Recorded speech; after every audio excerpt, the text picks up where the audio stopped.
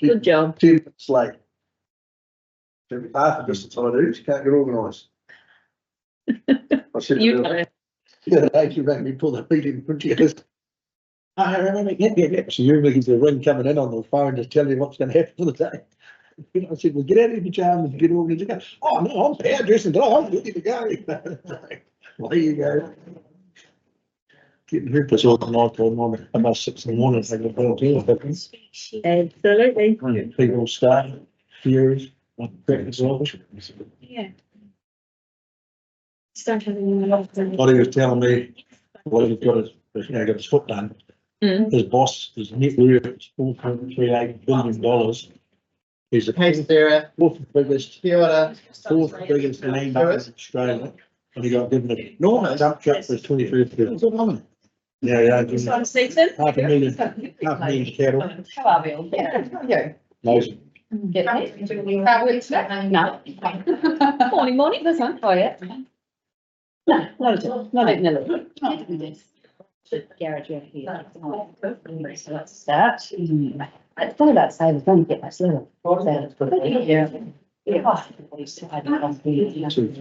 I agree. Do you want to, over there, it's probably easiest for me to keep my eye open for you. If you've got any questions or whatever, just put your hand up. this morning. All right, folks. Hang on, I've got to wait. It's next to you, ready? Okay, so that's right. Thanks. It's fine though. Yep. Oh, and yeah, sure. That's fine. I can see the thing.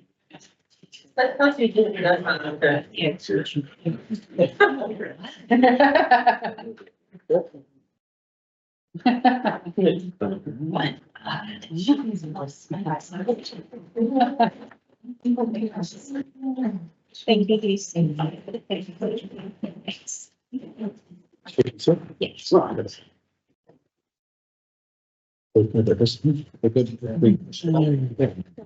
Okay. Tēnā koutou katoa, welcome to this workshop for the Central Otago District Council. Thank you for those councillors in attendance. I noticed that perhaps daylight saving is throwing people out. Lindley, Tracy and Neil will be late to this meeting. Cheryl, Nigel and Martin will be, we don't note apologies for workshops. They are not going to be here. Tama, do you want to start us off with karakia, please? Yes, I do. It is a new one, so please bear with me with my pronunciation. Tūtawa mai I ranga, tūtawa mai I raro, tūtawa mai I roto, tūtawa mai I waho, kia tau ai, te mauri te mauri ora, ki te katoa, homie, huie, tae. Thank you. So today's workshop will comprise of a half-hour session on community outcomes, an hour session on grants policy, an hour special section on property, a 30-minute session on environmental services. We will adjourn for lunch at approximately 12:30.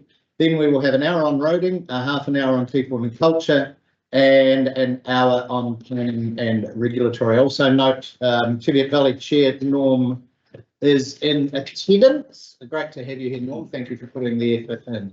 So, Paula and Rebecca, we are in your hands. Thank you. So thank you. So last workshop, we really. No, it's not working. Blind stop. Not that far away. Sorry, miss. That's okay. Yeah, user error. So you'll recall that we had a session at the previous LTP workshop about community outcomes, and that's then just here to refresh your memory. And we got some really valuable feedback through that process. And so if you could go to the next slide, please, Miss. We took that on board and we put in place this opening statement, which was really trying to capture the conversation that was held at the last council meeting about ensuring that affordability is first and foremost in people's minds, and also about the emphasis on and so hopefully the statement is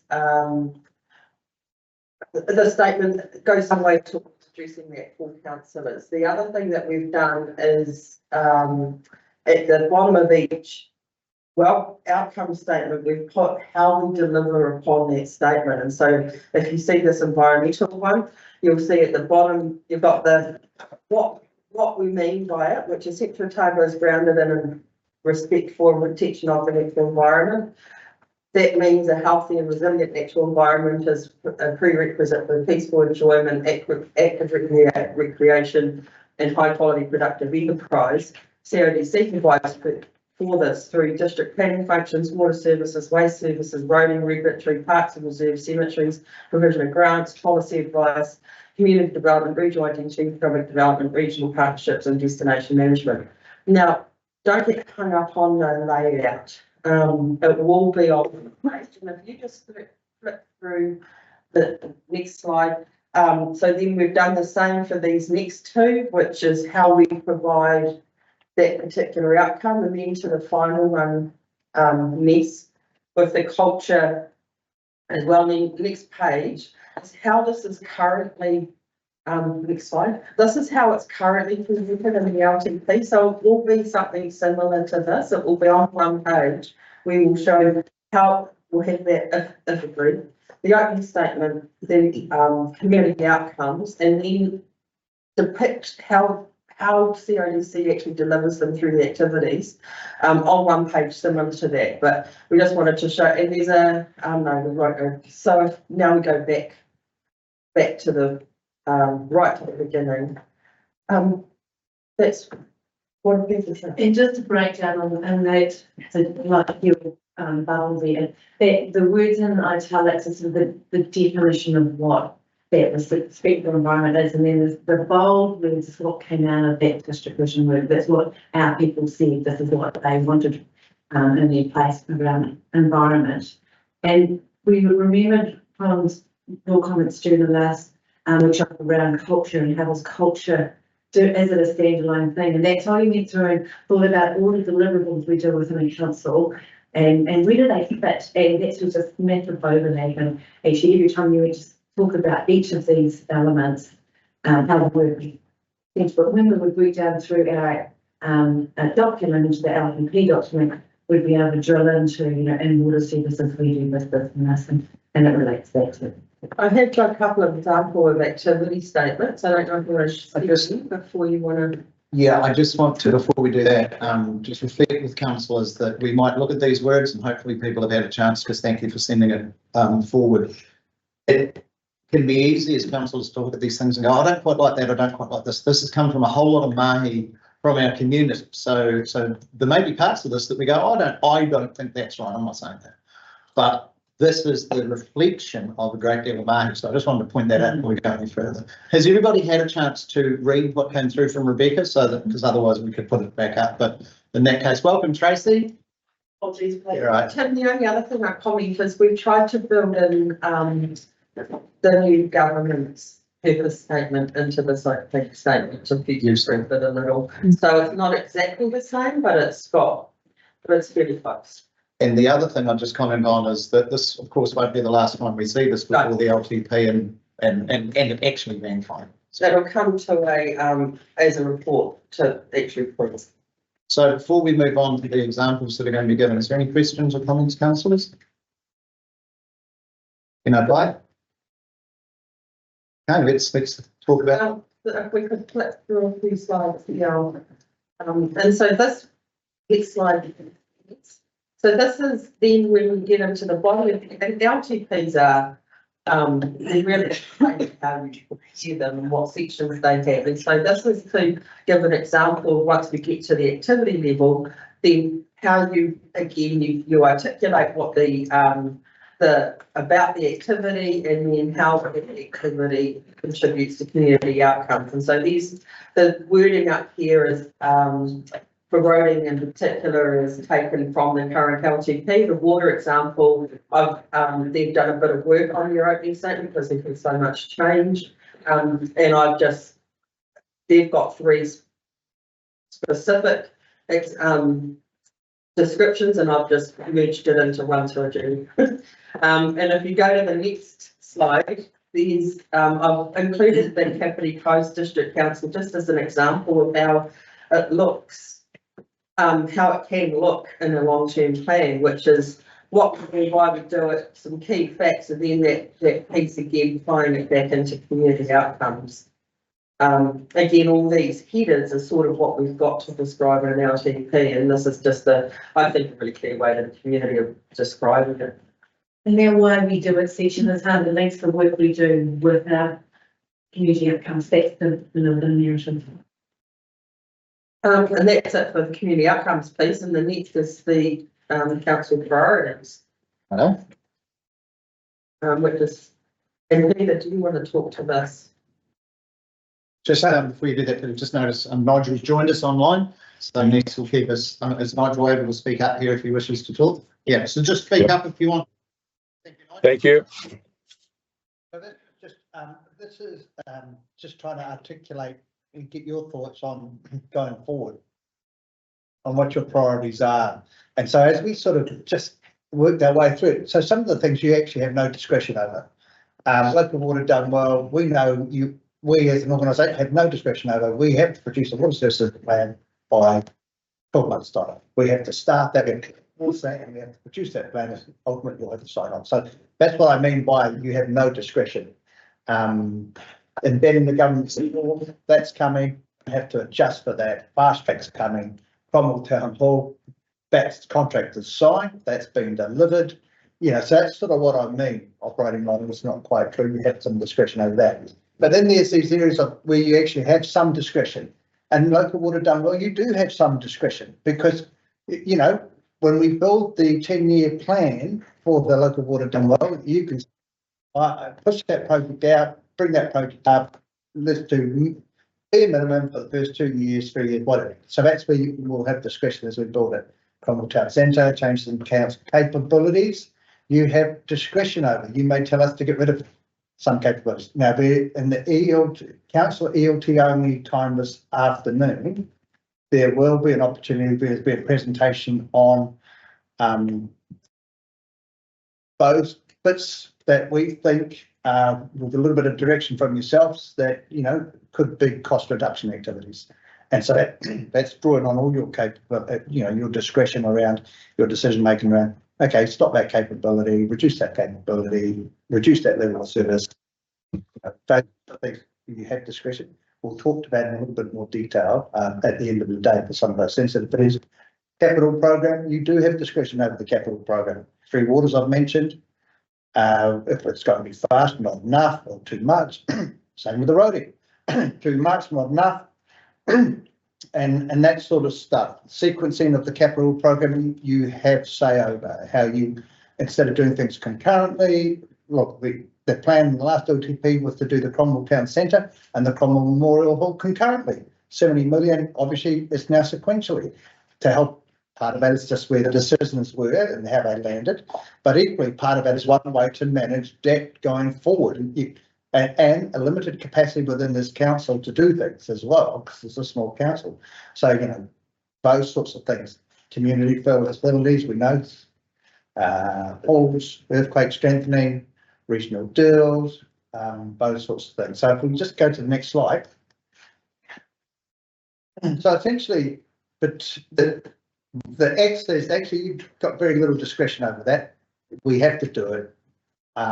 There's a cross next, a cross and a tick. We have some discretion, you know, but there's a large chunk of that, and most of these are those regulatory things that we have to do. So when you look at it across all the activities that we do as council, you start to get a picture of where you can direct council to say, okay, well, let's dial some of that back, or let's reduce that. In some ways, I'll use this term, most a Clayton's sort of decision making. You've got to be old enough to understand what Clayton's is. But because, you know, you could say, oh, customer services, you have some discretion. You completely outsource that, the Philippines. I mean, that's ridiculous. But, you know, that you do have discretion over those sorts of things. But it's in there that there's those decision points that you'll have around cost reduction activities, and that's what we'll go into this afternoon in a more closed off session, so you can see what they could be and we can get some guidance on you. So pretty much that's where this is what we do. And these are the areas where you can, choose to, and, you know, what you think is your priorities, emphasize certain areas, de-emphasize other areas. So I think it's going to be iterative too, because I don't think you should want to necessarily land on your priorities right now. It's not until you get the full picture of what's laid out in front of you. We know that, you know, that bridging is pretty important. You said that. CapEx plan is pretty important. Obviously, the Cromwell Memorial Hall is really important because you've spent $45 million in funding for that. You know, so there's some things that are naturally be priorities, but not everything can be a priority. So as we sort of work our way through this, we'll be able to pick up from you over the course of these workshops. We really think that's really important for us, and we want to see that emphasised, or we want to put that dial back a little. Any questions or comments on those figures, whatever you want to call them, on that table? And they all make pretty good sense. I think what it does is give councillors a really good high level overview for when you then go into the budgets. I think it's also important too for the public to see how much we don't have control over. We are merely a servant of the state. Is there a way, ones we haven't got control over, that we can put a dollar value on? Oh, we've got dollar value in all of these. Yeah, but I mean, in a basic format, I mean, if that's And we will. 60% of the value of our rates is what we can't control. Well, that will certainly come out through the financials of the LTP, because for these activities, and when you set your activities here, you drill them up into, you pull them up into 9 activities. Yeah. And all those 9 activities will have a dollar value to them, and all of these will have a cost to them. And the next slide is, these are about, this was just taking some of the comments you made about revenue opportunities. And again, this will flow through in some of the discussions we'll have this afternoon in the closed session. You know, these are where potential revenue opportunities, and you know, it's stated there, obvious. But yeah, they're all, you know, so that's something for further consideration. We have development and sale of land, which perhaps also have leasing in there. Yeah. It could be counted as development, but if you read development and sale as one, it's one. That's right. Well, because there is at least all sale of surplus council buildings Yeah. and land, I should say as well. Cool. Oh, crikey. So we're getting the head of schedule already.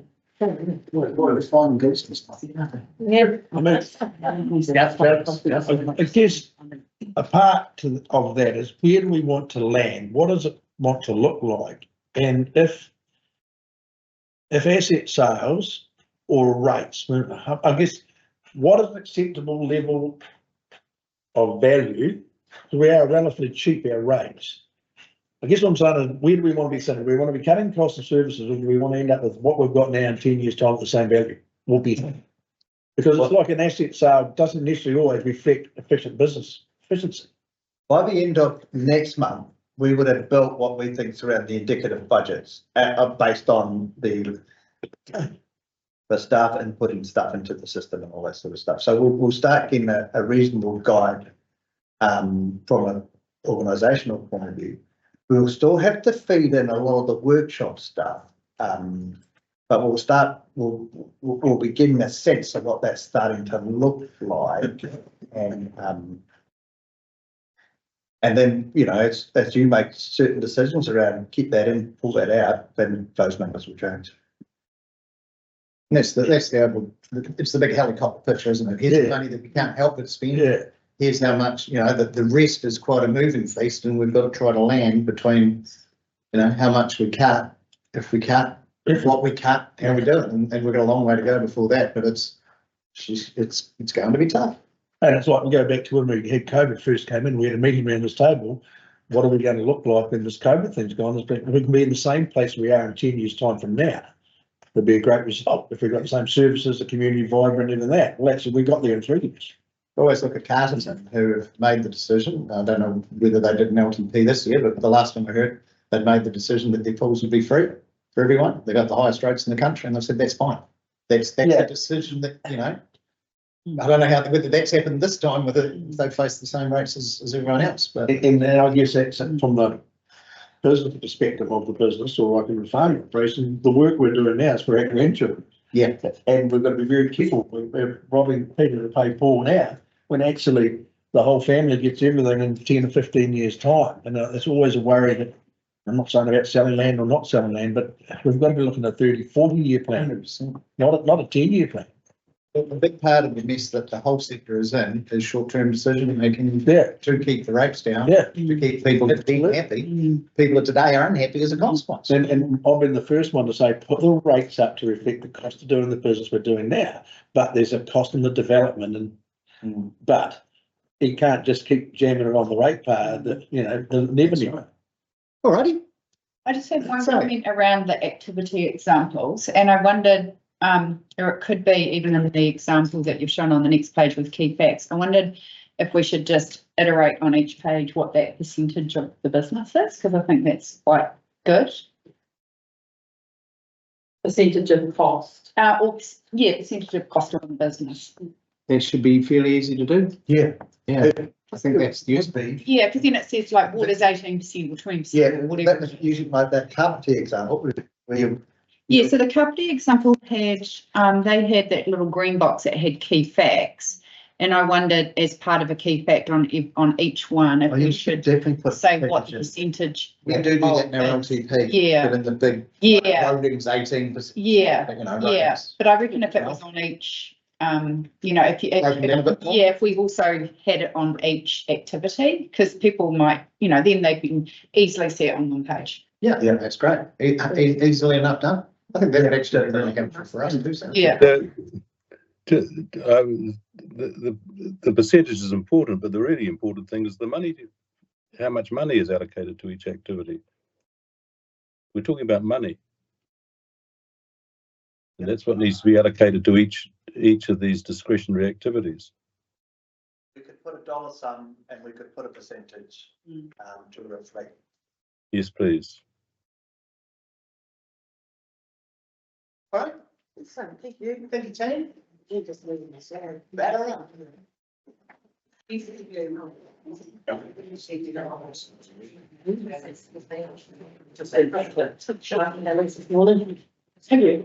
Congratulations. What is it? To drop off. So that's all. School holiday, right? You're a big team. What up?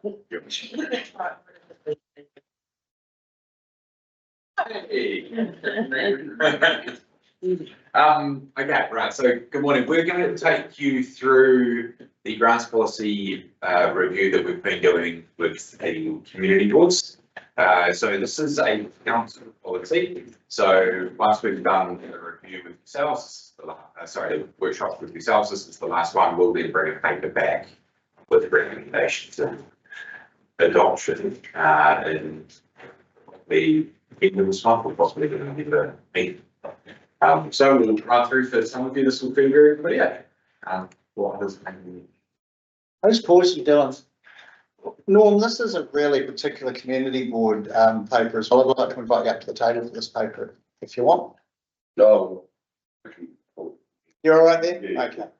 Thank you. Carry on. Okay. So we went around and we asked the community boards what works for them about the way the grants are currently run, both promotions and community grants. And I suppose for a bit more important, actually what works well for their community. So as council, I want to ask you the same question. Who do you believe works well? Sort of stuff. We're going what works well first and what doesn't work well second. So let's do the goodies. Might be right there. I think having some money to make the most of opportunities that come our way out of the blue has been helpful. There've been a couple of things that have come along in the last few years where having a pot of money to be able to say, yep, we're on board with that event or program or whatever it be has been quite good, as opposed to always having to dip into reserves or saying, well, we've got no money or to capitalise on those has been helpful.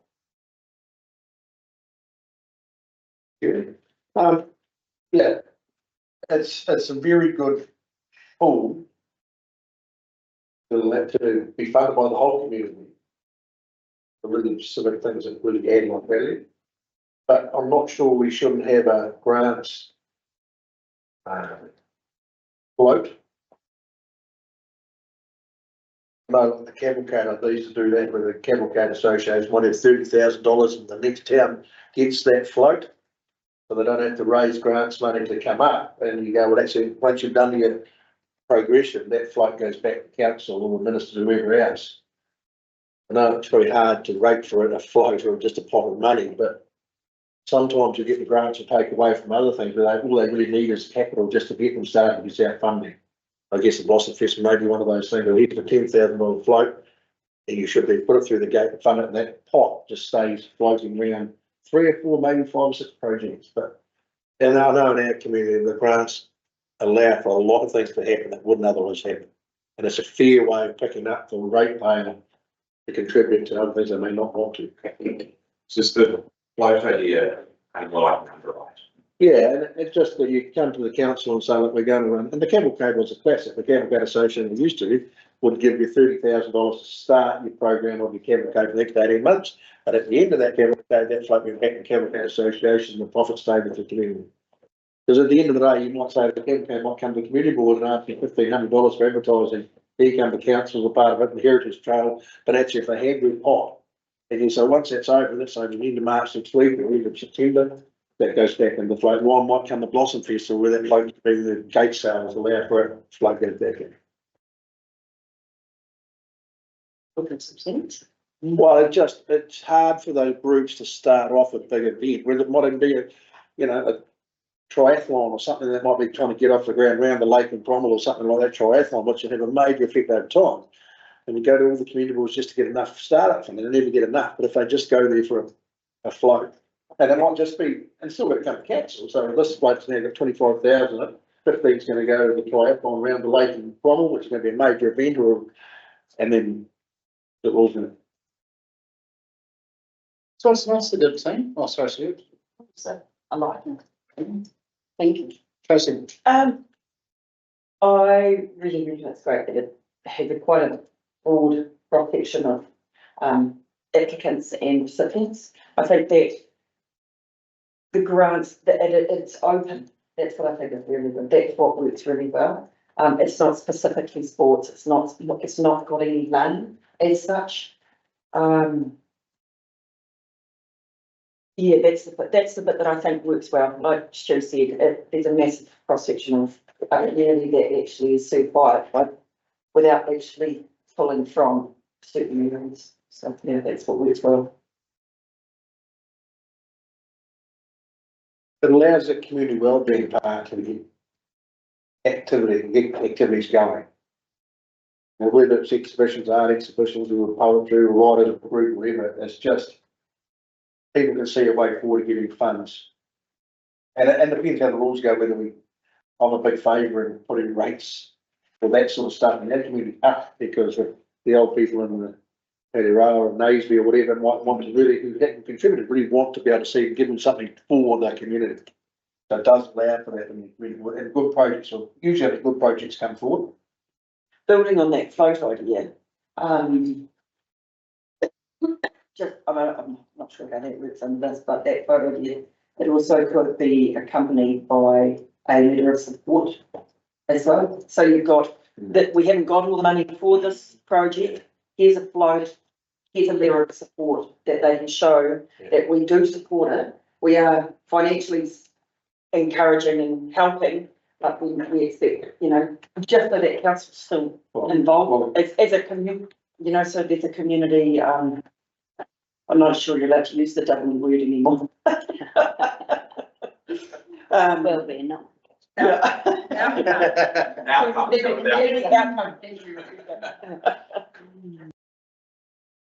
a classic example of that's our foraging in Ranford, where we actually have to get everything in place before the community trust to release the funds they've given because we're fearful So actually, in the meanwhile, the shortfall may be picked up out of the truck for a week while we got and it's just because of the sign writing and fire emergency, can't give us a quote what it's going to cost to paint them, so it just makes it hard. And if we even came to address in there, and it's certainly got to be overseen by the financial chief executive and just take it off. I think it's helpful for the community to be able to access a grant that doesn't have as many restrictions on it, especially in terms of covering overhead and staff costs and that sort of thing. Yeah, or having charitable space. Yeah. Yes, definitely Yeah. good for the startup stuff that we talked to Cromwell about. It's the propagator of some big ideas that they wouldn't be going otherwise. And then we help them get that stage done on the understanding that they know they're going elsewhere or being self-sufficient or a bit of both, or it's a different type of grant, but that's really good to have that, because I don't think that really exists anyway, does it? We've had a lot of projects, particularly in Cromwell, that have come up that they've said if we can't get this through you, we can't get to phase 2. So like feasibility and. Yeah. Consent feasibility, like with the only buckets on. Yeah, I had a conversation, somebody rang me the other day to ask why we granted 30,000 to the trail feasibility, and they were quite cross about it. But that's 30 grand that we put in, and then look what you'll get if this comes up. You know, that's quite a good investment. And by the end of it, it was a good conversation, but yeah, how dare you choose to put our money there? But by the end, it's like, oh yeah, fair enough, because I think going, and then we wouldn't have that. So that's important to differentiate what we're doing it for. We're not just handing money out so people can do things and be lazy. It's a relevant point though, if we can look at the negatives. We want to put it. We are saying without people having a choice what they're essentially going to donate their money to. Yeah. We take money off them and then we're deciding what to give it to. Before you go. That's a good point. That's the next slide, of course. I think the only thing I haven't I think the only thing I haven't heard yet, and you may agree or not agree, so it'd be interesting to hear from councillors. The community board feedback was one of the good things about the grants, was also it all grouped to the community board and it gave the community board relevance, and it also meant often, while they might not actually be able to help, they are then able to be steered in the right direction either by members of the community board or by staff. That was probably the element that came through quite strong. That some of the councils will. I think it's entirely valid. Yeah, because I think as well as giving money, we can be relevant and helping them get the necessary consents and things that they need for the, you know, if it's an event or something, like we can still be helpful, even if it's not giving money. Yeah, we had one the other day, we didn't give them any money, but we gave them a market. Yeah. The Royal, you know, we said yes, after you done it. No, But that still helps, it's still a cost that they're not having to pay, but it's something we can provide. But that's Also, the right. community boards quite often have quite a broad spectre of people sitting around them. Yeah. And they may be able to connect them with other people that can actually help. So it's a connector as well. For me, it would be, given what happened last Wednesday, if there was 20 cuts and grants, I think it should be around this table, not around the board's table. Because I think the board's actually, but potentially around this table, we could be looking at the likes of what Stu's saying. Instead of us having grants that we give out, we maybe have a pool. That when something comes in and there's an opportunity, particularly as Sarah said, you know, to propagate, and we can look at it and go, well, actually, we have got some money in the kitty. Rather than saying we're going to give away X every year, we might do that up because nothing comes along that year. But as Taylor said, much better than digging into our reserves. Something to think about. But I think we very much should be retaining the board situation. Cool. Because it does work so well in that regard, to bring it back to your slide. So what does work so well? So again, we ask the community boards, I want to understand what's not working for a community board or what's not working for the community. And obviously, then to hear any solutions if we might have. So I guess question how you feel that functions for the community boards, but also as councillors, how does this piece work as council? What works for you in the community? What doesn't work for you in the community? I think we went through this. I lose track of the years. 3 or 4 years ago, we really gave the grants a good going over, and one of the things that we said was the same people coming back for the same funding year after year has to stop, and it hasn't. But on the other hand, I haven't seen some new people come in, like the run thing that's happening out of Clyde soon. Right, you know, somebody's come up with an idea and it gives them a bit of seed in the way they go. Maybe there isn't new groups out there, but I do see the same groups, and I see sometimes those same groups perhaps. I'll give you the example, and Tamer and I talked about this at the weekend. $6 a ticket for Blossom Festival is ridiculous for what you get and for what it costs everywhere else. And the Mardi Gras there, people have got no money, and it was absolutely fantastic, and that's great. But I think $6 a ticket, and it's been $6 a ticket, I think, for 10 years. More. Yeah. That wouldn't be happening if the money wasn't, and it's a pity Martin's not here to give the counterpoint, but it can, I think, allow some, I can't think of the right word, fiscal laziness, sorry.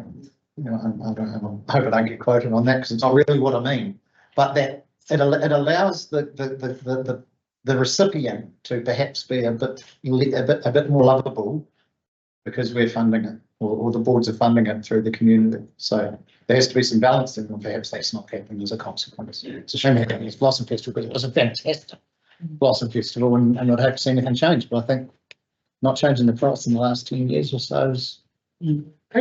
I think it's really relevant, and I think our community grant council, you're at capacity, and you're at capacity by funding organisations that you've funded for a very long time, that have a really valid service that they offer that we want to support, and we're talking the arts, heritage, and Central Otago Health, Sport Otago, though we're moving sport back into looking at parks.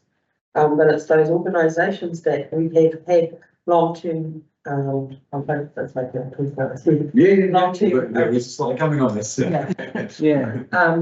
And they are, and with Huddle, we're including that. There was like a $5,000 buffer, but that's now going to Huddle. And if that's successful, I suspect that you're going to want to continue to do it.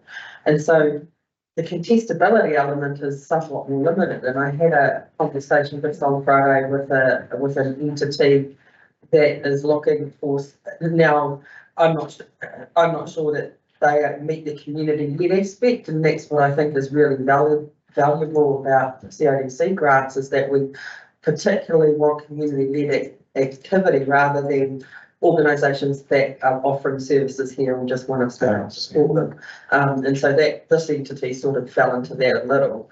But if there was something that came up in the community space at a district-wide level, it would come at the cost of those organisations that you already support. So maybe we think about being a bit more strategic and say, all right, the Heritage Trust, which for goodness sake we set up, Arts Trust, the ones that have been there at a level for a long time, maybe in the LTP, we go, right, for the next, in this case, 2 years, but you know, well, normally for the next 3 years, it's not a grant, that's funding for that 3 years. And we take it out of the grants pot. If councils to retain a grants pot, then it actually does become a bit more honestly contestable. Yeah. But you do get someone's coming back to the grants board as well. And they're providing a service for the community. So we like, you know, we fund libraries. It's, you know, is the Arts Trust a little library type thinking, you know, they do that but as opposed to a big library. Is that something that we should have Should be included. Yeah. With the Heritage Museum and Arts, which represents from memory about $150,000, and there are, without knowing too much, there's a considerable overlaps between those three activities. See, there's a question in my mind about if there was some way of having a single secretariat funding the three activities, it would be a lot more efficient and probably save some money. Or also it might blow three really good community groups to pieces, because you know they've got their structures, they've got their ways. Try merging two voluntary community groups together for those three, but it doesn't mean we don't look at it. Yeah. See what the savings are worth and what the risk is. Alrighty. Any other things that aren't working for us? I guess the other one is, you know, we have a funding round and then we have a second funding round with no money. It's kind of a little That's bit. what I was gonna bring up, yeah. One thing I think doesn't work, and especially relevant probably to TV and for us, is when we don't have major projects over time and we get the community wanted something like the hospital, we haven't got a historical funding model and we can't raise a lot of money, whether it be, let me think, likes of the curling rink and Aysby. The grants go out wee bits all the time, but over a 10-year average, we can't preempt their grants, I guess. So the funding model for us, and we're only 20,000 a year or something. But to try to get that doesn't go anywhere for a major community event. It'd be like the turf and ran for the talk and that grants policy. We haven't historically had enough if we said we're going to give that much. So it's hard to get your accumulating grants up if you haven't had the application previously, I guess I'm saying. Yeah, and I suppose the counter to that is, of course, for something like the turf or the Rossford Swimming Pool, for example, you put it into an LTP. Yeah. They seem to actually have a large scale grant, but rather than your annual. Yeah, so it takes away from, like, therefore that's fine, because you've got a targeted thing in project. But then you might have also the footpath around the chalet might need to double and come to the grant and can't do it. But that is hard to get that. I've always been, and I've got told off every time, without doubt, you can't wait for something just to build that pond up, but here we are talking about where it should be. So I was just gonna say that could be helpful to go into the LTP too. It's like the seed funding, because to be able to get that project off the ground. So if we were building another pool in Roxburgh, for example, and we knew that we were doing it in the LTP, just to be able to have that money put in for getting the project off the ground before you can go to Central Lakes Trust and Otago Community Trust, because you need that pot of money. Otherwise, you're never going to get anywhere if you can't get all your plans and stuff sorted before you go to Central Lakes Trust and Otago Community Trust. So that could be quite helpful. Dawn, do you have any comments? I think if you look at where our grants go, they fall into that category of the same people every year. There's not a lot of money involved in it, but it is essential for those groups. And if you start sort of trying to go, you came to us last year, so you can't come to us this year. The brass band, for example, they asked for $1,600 to help cover their rent. They're in a situation where their membership is dwindling. And if we said that to them, they're not knowing their cost. And, to me, that's, I keep banging on that about the social infrastructure that the smaller communities become wholly reliant on. And, it's one of the Valley's claim to fame is that we do support the smaller groups and the community groups. So Norm, and I don't mean, I'm not trying to be too negative here, but on the challenge to that, when I was down in the Teviot for the meetings, everyone kept saying, we need new things, we need to invigorate the community, we need more, we need to elevate the Teviot Valley. And this is across all of our community boards. What happens if we continue supporting those smaller entities that, yes, we have supported forever, but somebody in their mind says, oh, I've got an idea, but I don't want to challenge I don't want to go to the community board and challenge for the same $1,600 because they've always had it and they do an amazing service. But so I wonder, I don't know if there's people out there that are thinking like that, but that's the challenge that the continual part of a group that has been, been continually granted. And I see there's a positive and a negative with all of that. And I'd hate to see that I'd hate to think that someone in the Teviot, especially because that was a real loud message for me when I was down there, that they want to elevate and bring new things into the Teviot. So I don't know, just the thought. I think the Teviot has been really clear on its messaging to the community that it wants to see those applications. Yeah. Certainly. And, there's storms actually been out there, you know, being the street. So, you know, yes, and so, and you'll recall at council last week, there was that resolution, so they were slightly out because they've got a bucket there. And they want to show the community, hey, we are open for applications. Yeah. And I mean, it's sort of like, it's relevant to the amount of money that's available to. And we've got a very small grant. But that's what I've been talking about. Yeah. Because you've got to have the application before you can go and rate for it in your rating policy. Yeah. And really you should be having them all there saying, well, this here makes them, this was a 15% return on investment having in the brass band of 30% for the community.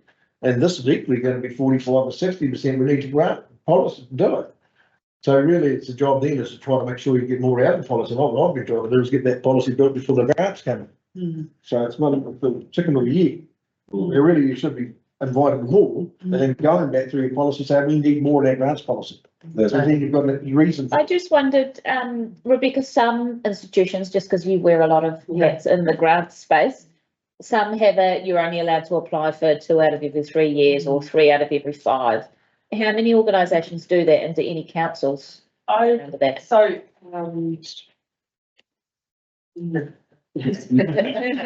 get that, you know, people keep saying more in a grant space, more in a social promotions, like events. Like if you've got commercial events coming to you, then it really just is a handout from a council point of view. But, you know, if I think of the Dunedin City Council, there were very few events that ever got to the stage where they were making any money.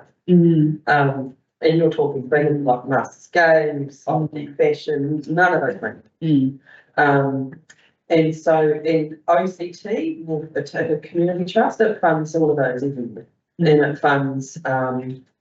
it funds entities, community, like our community grants every year. They only have multi-year grants for social service agencies, the big social service agencies. And so they get 3-year grants, but they're the only things that get multi-year grants. But if they fund them, they've done much, they get about 10 million a year. And so they have capacity for new, to explore new. But they do fund every year. So going back to that purpose, why can't we get multi-year funding? We're going to, grants so next year, our council from the target community? they will need. Eh? So the trust is not going to fund council, just give A a grant, grant for you decide how to spend your money. but if you're Theory. yeah, but here's what I'm saying is if there was a pot, like a purpose for a grant that was like your float, there's no reason why Target Community Trust can't be a part of that, knowing this is the benefit of the whole. Oh, I think the trustees, the community trust might see it different. Yeah, but otherwise you've got to go back to the community trust and. But it's a bit like us, it's a bit like us saying we won't give money to an organisation unless they're going to give that money out. We have that in our policy, and I'm sure they do too, because well, that's their job. That was what Dawn said, I'm trying to do is use the trust fund, trust pot. Yeah. To grow that pot. So we get two pots, like creative communities and travel assistance funding. That we get government funding, and we go They funding for the travel funds fund for RCT. but there's daily opportunities that we can bring money in and distribute. Just before we move on this one, and you've heard it from Dawn, you're hearing it from Stu as well, and this is the policy conversation, this is not the side of the pot conversation, but this will feed into a later conversation when we start going around with the community boards. We get pretty consistent feedback from those 2 community boards in particular that their pots aren't large enough, and that's restricting who's applying, because essentially they're small, only a few people apply because they know the process and that is, and it would be good to get to steer from council, would there be an appetite for us, because we're staff, we've been kind of directive, well, actually everybody thinks that there's a need, so therefore you can't increase your pot. From councillors, when we go to have the pot conversation later with those community boards, is there an interest in us actually loosening that a little bit and going, well, actually, maybe you've got a fair point that you're not getting the applications because your pot's not large enough. I think we can't have that until we start to see what numbers are shaping up like for rates rises. Falls into that nice to do category and perhaps there is, or perhaps it becomes one of the questions that goes out in the LTP. No, we can't ask 50 questions in it, but it's a pretty big one in these straitened times to start, giving Sandra a bit of sack. But the community may say that's what we want. You brought it up before, Tim, you say that's a discussion whether community boards have the grants and council doesn't. And that's where, and council keeps out of that space. We only came into it a couple of years ago. But I mean, maybe that's just until the next LTP. Yeah. Because at the end of the day, when we, you look through what the community is telling us, they're telling us to two things, reduce rates, which I'm not sure we can reduce, but at least keep them safe, and stay in your lane. We're hearing that really clear. So Maybe we have a promotions pot, but not a communities pot, and the community stuff sits with the community boards, especially if we're going to take potentially things like the Heritage Trust and put it into a line item for the next 2 years.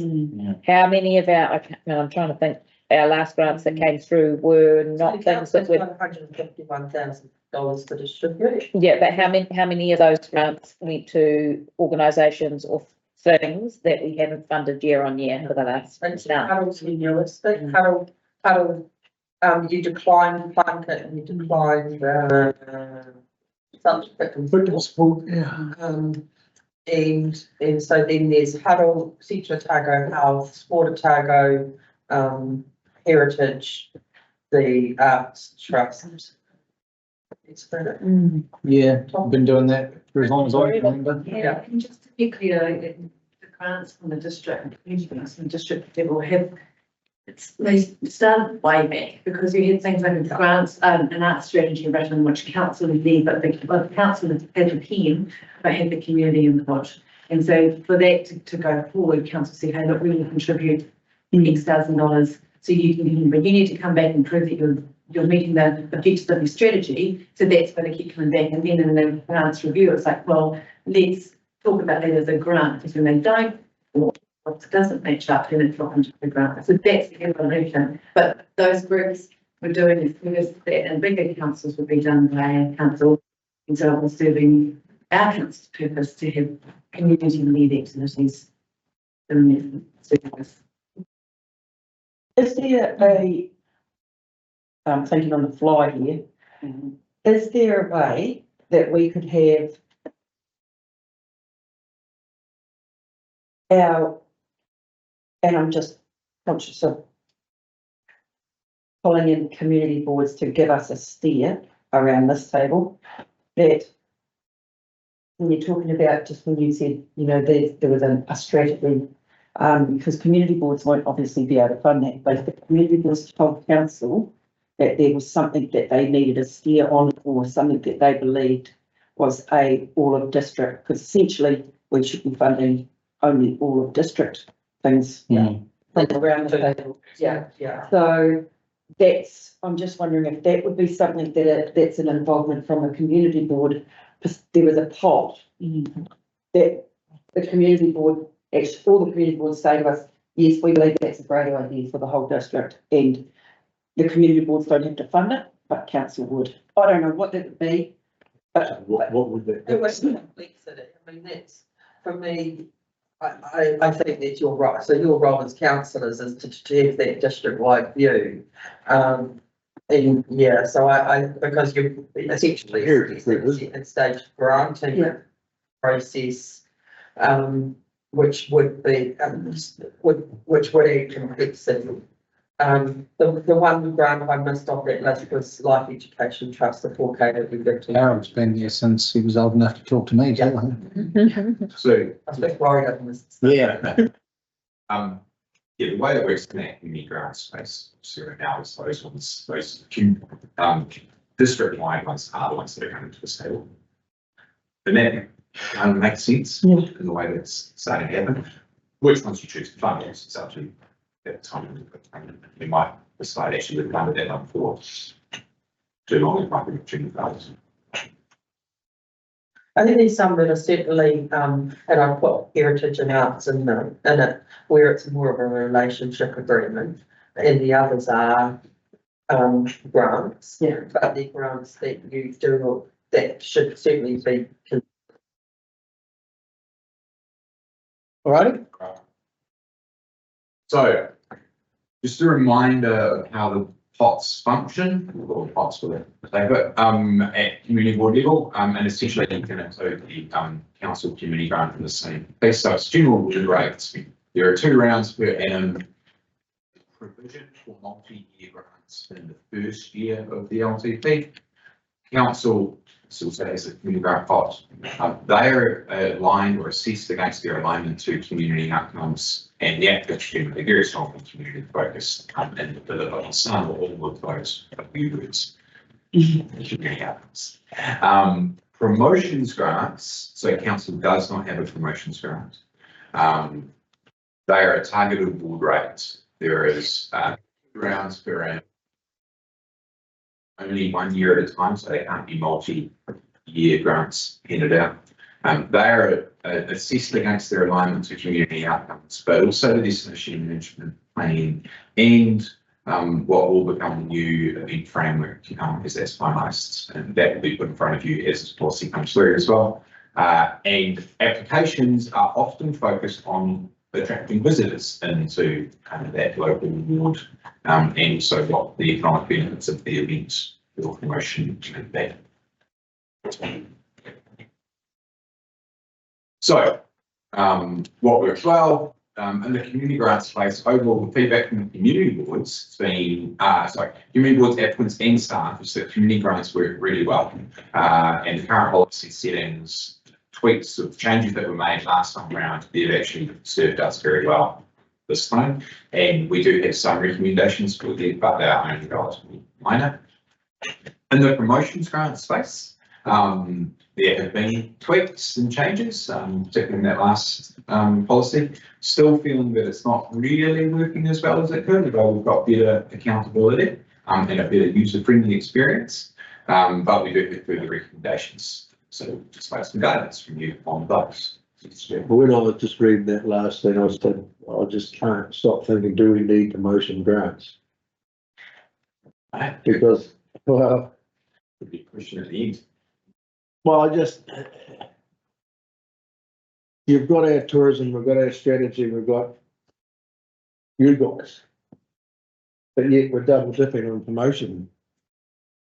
A lot of the arguments, ones in our corner of promotion are quite small things that probably council could be doing. Yeah. I guess or are doing, let's not say could, probably are doing. Yeah. when you look at Crank's or Spirited Woman, that, hey, if we don't give something here, they're probably not going to come. Their coming was of great value to us, but TCO doesn't have a budget to then go, hey, this is great. They can only advocate to us. And if we had a pool to go, or if we do have a pool that is that, I think it was Crankworks that triggered us looking at things in a different way, because sometimes opportunity knocks and you've got to answer the deal. Yeah, so because there are new funding practice in reserves. That's right. That's we didn't have council reserves and because there was no money available, which is grants what to do. There's also another. Well, thank you. Yeah. It's through council reserves. Pretty much everything else that you see happening out there comes from the community board grants. Yeah, Then, yeah. I guess I'm saying is that those other ones have come through because of the reserves. Is that not the same plot? We don't really want to be dipping in. We'd Oh, have our pot full and empty before we try to drain.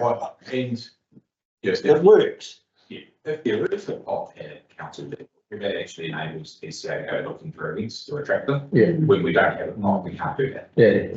So I'm saying if that grants is put in the TCO pot, would you get a bigger bang for the buck for the ratepayer? Would you still be funding those things that you just talked about? I think it's still going to come to this table. I wouldn't be putting it in. Oh, yeah. Here I go again, you can tell me that this may not work. I'm thinking with that promotion side, is there a way of giving community boards the say as a collective community board, as in if they had the chairs saying on behalf of the community boards that yes, they agree that is a district-wide. So instead of having it around this table, we give the community boards the ability to say, well, they all get, okay, for example, the Spirited Woman. Spirited Woman is coming to Central Otago. We believe it's a district-wide benefit, which it is. And how do the community boards feel about funding that from instead of it being a council promotion only, it becomes a promotion led by community boards, and the community boards all get together. So they have to collectively agree. I don't know how that's gonna go. As I just put Eric Beckett's not here. So- We wouldn't fund Spirit Boy. Just, I mean, obviously council's got big decisions to make around, and we're talking about things that are potentially better served by a community board. I think the stuff that is realistically over the whole district needs to stay at this table, because you don't want to start that into CDM feuding, that we've got 10,000 people coming to Alex, and somebody from outside of that goes, no bugger that, and then suddenly we're back down that road that we tried to close the door to. Ants, did you want to? I was what Stu was saying, that when we're looking at, I guess, the DCO or other councils versus the community group for promotion, we've got a pretty wide variety that the community will fund for promotions. So if you are in the media Toto, they've supported information from Grenade, signage and other interpretation projects, not specifically just elites, whereas in Cromwell it's supported the Cromwell Promotions Group to actually have the resource into the OB program thing. So it is used differently, and it's extending that reach that just because the money is not necessarily the resource. So that just, we don't necessarily have the resource or ability to drive as much project as possible. So it's not just the money, it's actually the input and engagement of those groups that makes a big difference. Yeah. All right. What's next? Nothing.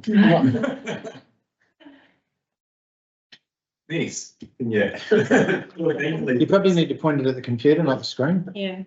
Your trick. Oh, look at that. Hey. You kids. Okay, so these are the recommended tweaks or changes that the staff have developed. Now, all these things that we're going to put at you over these next couple of slides will come up over the last few years. So obviously the policy change, and no idea is a bad idea, so we're putting them all up. And these ones that we see good value in and so. Firstly, a chairperson's funds to be introduced for the community and promotions grants pots. I suppose you could also consider this at the council table for the council community grant.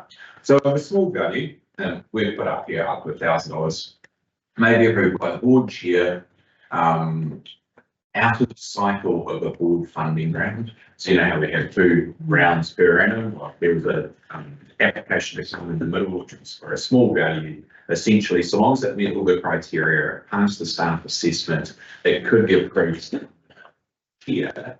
It would still be released publicly and mentioned and spoke about at the next community board meeting, but they don't have to wait until the next official funding round. So it just helps speed up the process a little bit. Obviously, it can only be done if there is funding still sitting in the pot. So, and the board chair is still responsible to answering to the remaining board members as to why they've funded that. I've been a big advocate for this. Sitting here, I think it's going to be part of the council. A, because you don't have money. And B, I can't think of an example. Because the examples I've got are the consent for the garden for Salvation Army was like $350. And another was when you hire for the Breast cancer breakfast. Yeah. But they are they're very board focused, those things. Council already has it, it's the Mayoral Discretion Fund. Yeah. Which has been in place since Tony Lee's day. So I'm trying to think of an example, 2 years funded through that, and I think the last one, the examples that spring to mind that I've the mayoral discretion fund funded the basketball court for the kids out at Maniatoto, paid our fee for the basketball court. Right. There was a donation given to the Tonga cyclone relief, I think, for one portion of it. I can't remember what it was. Me and Jim Bolton and I both put money in towards sorting out some part of it. So it's usually need now, please help, and but it's never ever given out to individuals. I think, yeah, perhaps we just make the check reasons fund for community board. Yeah. That's up to 1,000, is it per annum or per funding cycle? Application. Per applicant, sorry. And I think it would, each board will probably need to ring fence a specific amount. Yeah, it's quite a good idea having that. Only problem was for Norm, what's your about $5,000, isn't it? So you could do that for a decent weekend. Well, I'm for it in some respects, but you end up evaluating the application in isolation. And when you've only got $5,000 to come out, are you doing, You're not waiting it against the others. and I think the criteria around responding in that manner would have to be quite compelling. Yeah, and which, yeah, I think that's a. Or as it has to start, say, take it to the round. Yeah, Like it could be, not. So usually you guys wouldn't see it, the community board chairs wouldn't see it unless it's gone through. Still got a process. Yeah, is it going to, Oh, yes, sorry, I thought it was the sort of thing where somebody rings up the board chair and goes, oh, that's much safer. Still have to go through the Yeah. application process. Have to meet the criteria. Yeah. Right. And then I'll ring you and say, well, this one's come through, the urgency is around X. Yeah. and is it gonna put too much staff time if it starts ramping up? Like Dunedin City Council's got one, and it's not huge. will be, And what happens though, the difference in Dunedin City is you can only apply once a year. And so you can either do a fast one or you'll, at a smaller amount, or apply as a regular applicant. And so that acts as a deterrent. So you only apply for the chair fund if you're desperate. So it would be, if I would say, a fairly unwise board chair if the movie theatre rang and said the bulb's blown and we can't screen this weekend, we need $500. Norm would be on the phone, the rest of his board straight away, do you mind? Nah, good, go, bang. So I think there's checks and balances in there, hey? But yeah, and it still comes back to the next meeting, it still has to be explained as the Yeah. chairs. Yeah, so they're still answerable to their. Yeah. And then, let's just, following on from what Tim used an example, that they're not allowed to apply at a normal funding. Well, we haven't got that We wrong. don't have that restriction actually, but as we go around this, no, we could have been. It'd be self-regulating though, because when it came up, you'd note that this organisation is very esteemed twice. Yeah, Okay, maybe that summary should come when you're giving out the next grant pot, so that you know that you've already, you're. We get a reminder. There'll be a total cover report. in our community trust and Ranford, the other group, they do that. If something comes up, they can, at their discretion of the board, just do an emergency one and that. And really, the people coming to the grants are usually pretty good. Yeah, they are genuine applicants. Some sense and support. Mhm. Cool. Okay, so this next one, I touched on promotions grants, so this is only promotion grants. Touched on promotions grants earlier and said they often have a focus on either a visitor attraction or economic outcomes. What we're proposing in this is to rename it from promotions grants to promotions and events grants. And the reason being that we know there are lots of community events that actually don't necessarily have a big visitor attraction component or possibly a big economic outcome for the community, but they're still really high value socially and culturally to those communities. We don't know, but we think possibly the wording, calling it promotions grant, is restricting some of those groups coming up to the cost because they think, well, we don't meet the criteria of attracting visitors or linking economic outcome. So simple change to adding in the word events to the title and hopefully broadening those that we play. Cool. Everyone happy with that? I just wonder, I kind of, having been a person that applies for stuff, you read through the details and see if there's any possible way that you can make your event fit to those criteria. Have we had any feedback to say that it is off-putting for people? No, we haven't. We're just not sure if, because I guess we get consistent, all we see in those that are applying, they're focused on, we're going to attract this many visitors, we're going to create this economic trip. And so we're wondering if, well, actually, we're just not seeing anything else apply because they think they have that. If we're in a stick to our knitting mode, surely that proposal just goes directly against it, because you're inviting applications for reasons of community or whatever, which is all very well, but in my view, even promotion grants, especially when they're commercial organisations, are bringing them in for economic reasons, I think is highly dubious activity for a council to be doing. And if you widen it to make it an events grant, you're just inviting more people to apply for grants, when we've just been told by the government that we can forget about the 4 pillars. We can just forget about and stick to the basics.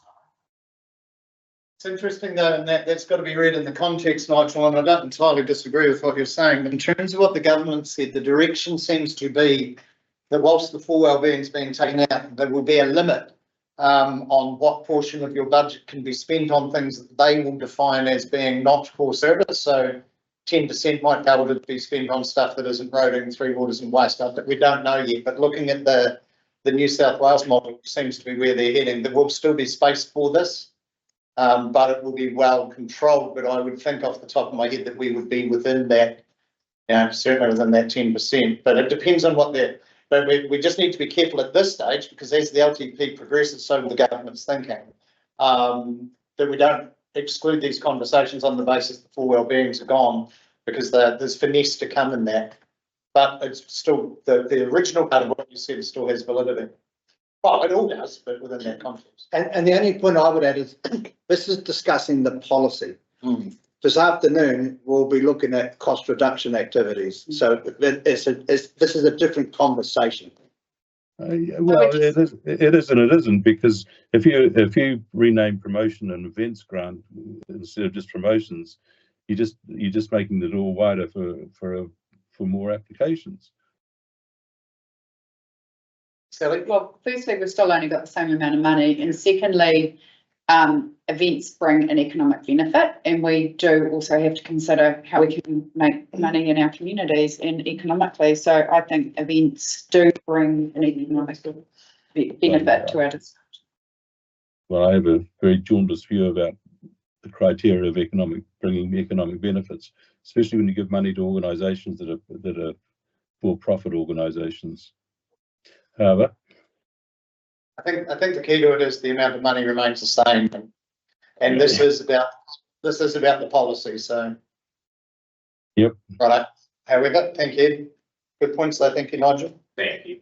And then kind of started to open this conversation earlier about tightening up on self-sustaining requirement. And again, we'll talk about question grants here, not community grants. So the question, I suppose, is in the current policy, the wording is quite gentle or soft, that organisers are encouraged to become self-sustaining after 3 years. What we're suggesting here is actually the wording becomes a bit firmer, stronger, and essentially suggests that within 5 years, a group should become self-sustaining. I think with that, yes, but I think before the axe falls, they would have the ability to come to the board or the council and go, here's why you shouldn't. So it's a presumption that it will, but just to avoid that law of unintended consequences, there is a final chance of, well, here's the why. Yeah, we would leave enough discretion. It would still have discretion.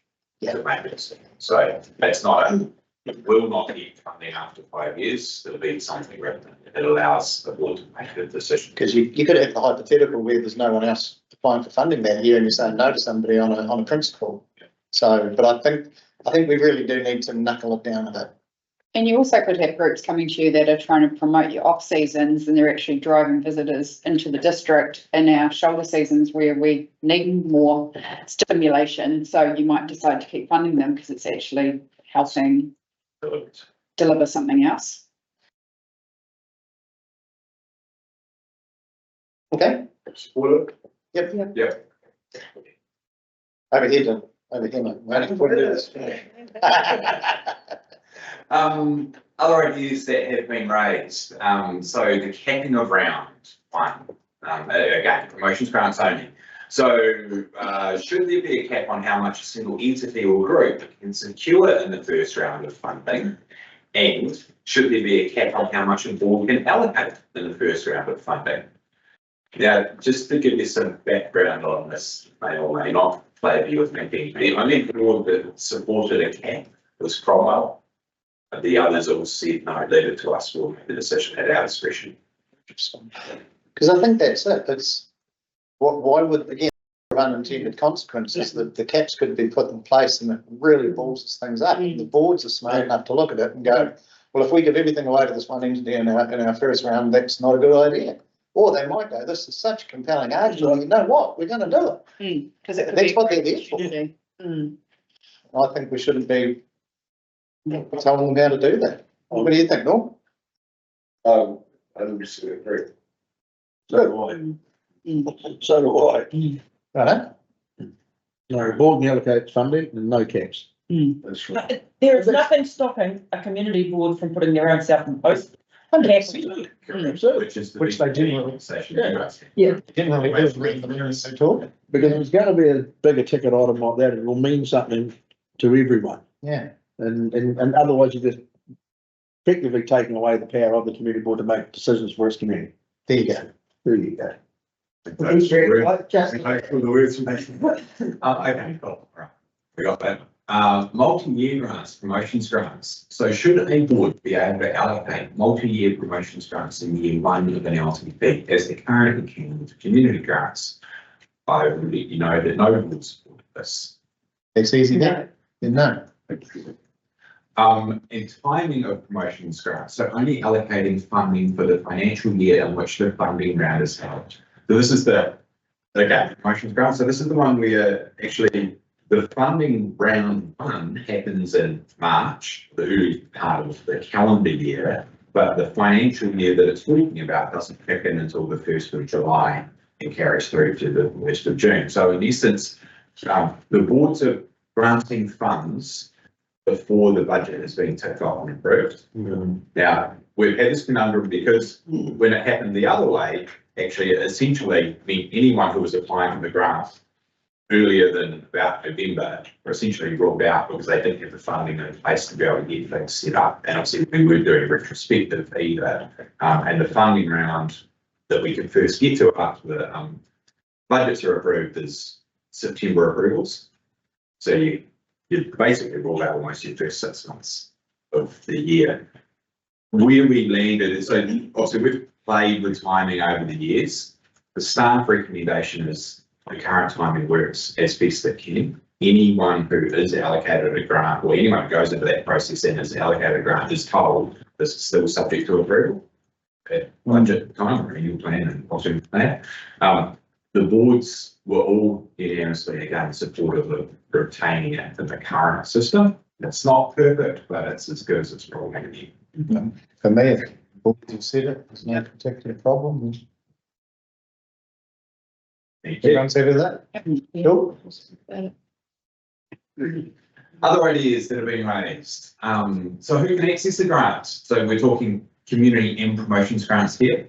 So defining who can access grants, does there have to be some kind of formal registered entity? Or is it community boards, can they continue to fund projects who can clearly show they've got the capability and the reason to deliver without being a formalised trust or something like that?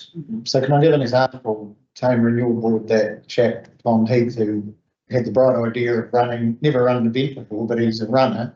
And the 10K event that the Harriers ran has been cancelled in Clyde, so he's decided to run one. It's going to assist with some PTA funding and everything else. But he hasn't got a structure, he's just a guy with a good idea and the passion to make it happen.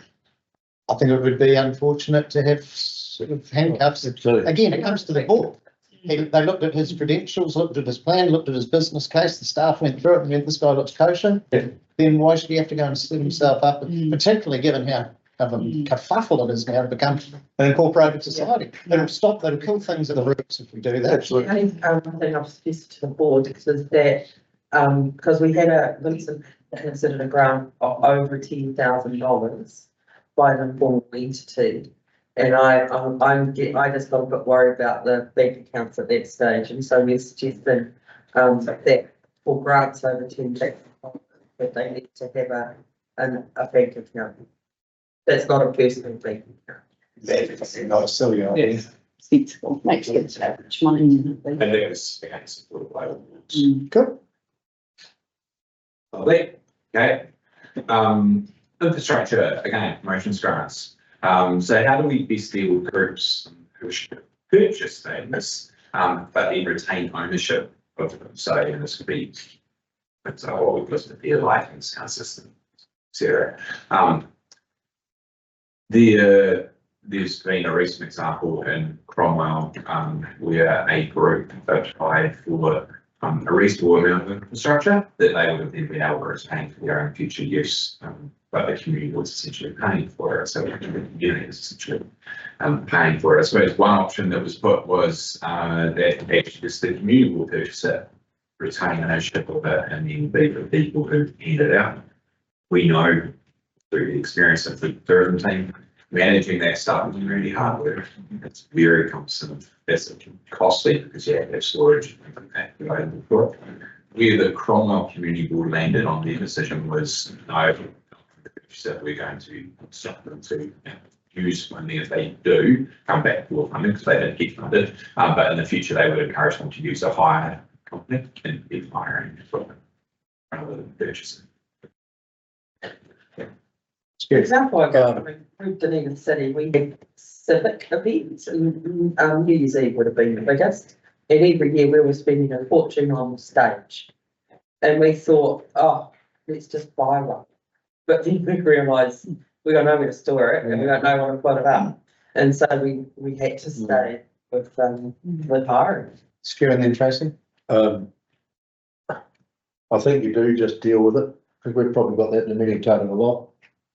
Like our sound system being funded by the community board, a lot of stuff in the radio station funded by the community board. Technically, probably ours. Ewan Mason Sound Systems is one of those. Yeah. I think it's case by case, but if you take it out, then you can't do it. Like, and then if you leave it in there, you can go, well, that's far better by hiring or whatever. Just leave the community boards with the ability to do that. Could we put the policy shouldn't as opposed to can't? Or words to that effect, so that the preference would be that infrastructure isn't purchased, but to avoid that more of unintended consequences. Yeah.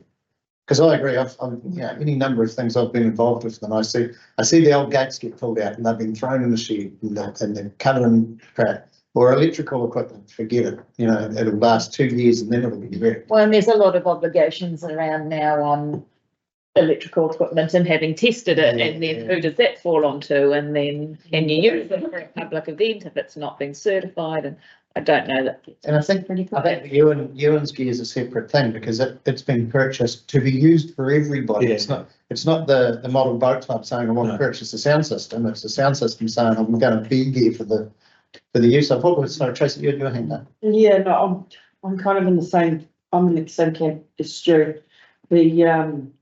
I think about everything to do with the Central Taylor A&P show and the amount of stuff there seems to be every farm shed across our district that has got something that gets pulled out. And it is really important to, not electrical, I might add, but infrastructure that we need year on and year on and year on. And it is actually really important to be able to be able to access those grants, to be able to do that. So I'd be. So have you come to us for infrastructure? No, but we've gone to other entities, same type of thing.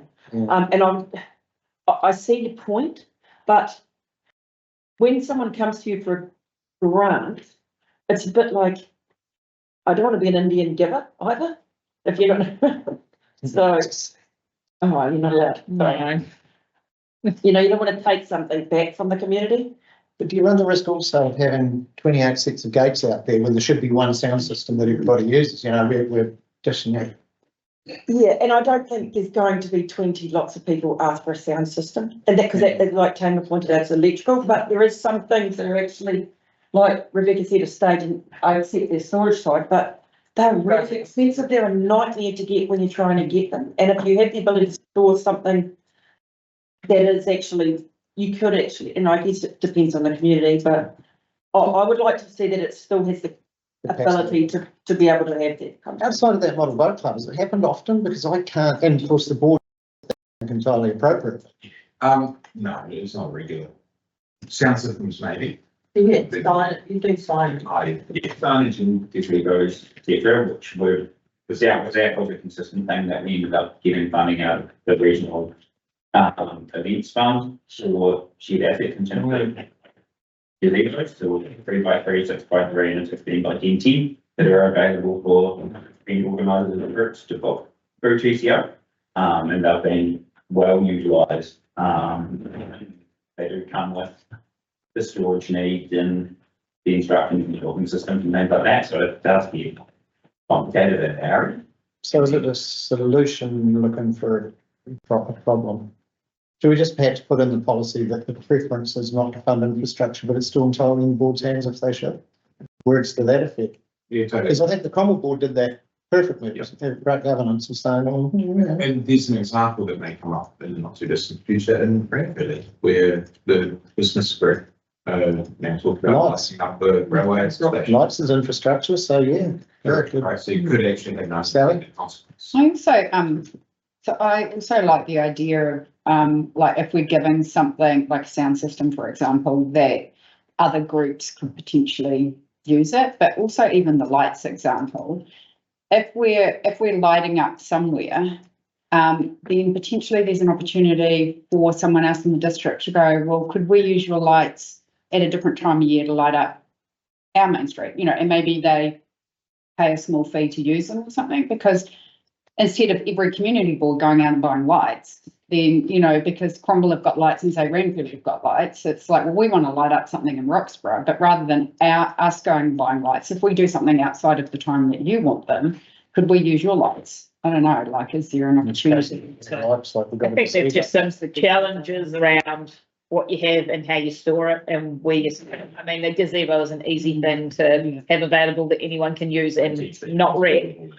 You know, the A&P show probably got 15 quite lovely show jumping fences that could go to other places if they need to, but they do go places. The show jumps do go to different shows. Once you've got things that require a fair amount of people handling, like lights and sound systems and things, it becomes tricky. But I know in Queenstown, when I was working on the Winter Festival, we wanted to light up gardens. This was before Luma, and we were going to use the lights from Taranaki because they use them at Christmas, and we were a winter, and we did talk about could we use your lights because they had them.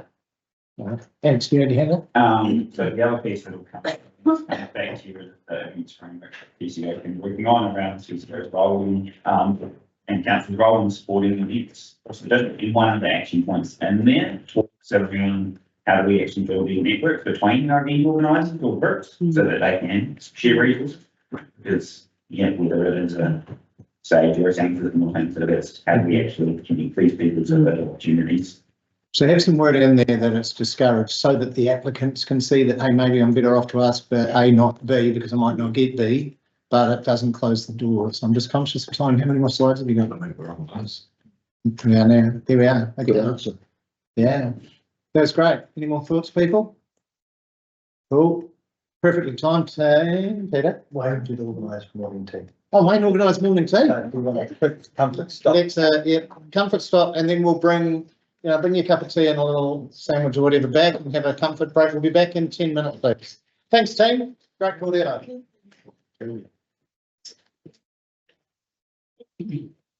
Eric, I saw you in the, Things are turning to custard for them. Things are turning to custard for them. She's going to be late. She said, I'll be here in the afternoon. Yeah. And her line of work, that's. Oh, she's not down. She didn't have any cover. Yeah. Yeah, she's text. and said, keep it today. She was the word for the show. Taking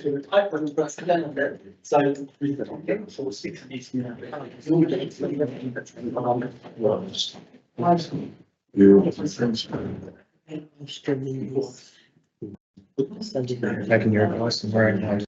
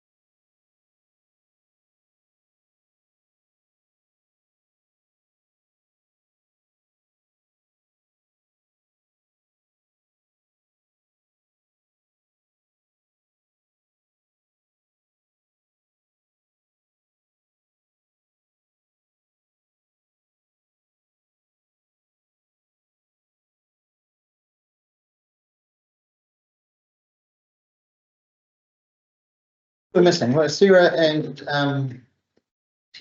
Sarah, I'm just not used to sitting this far up. We'll just wait another minute for Sarah.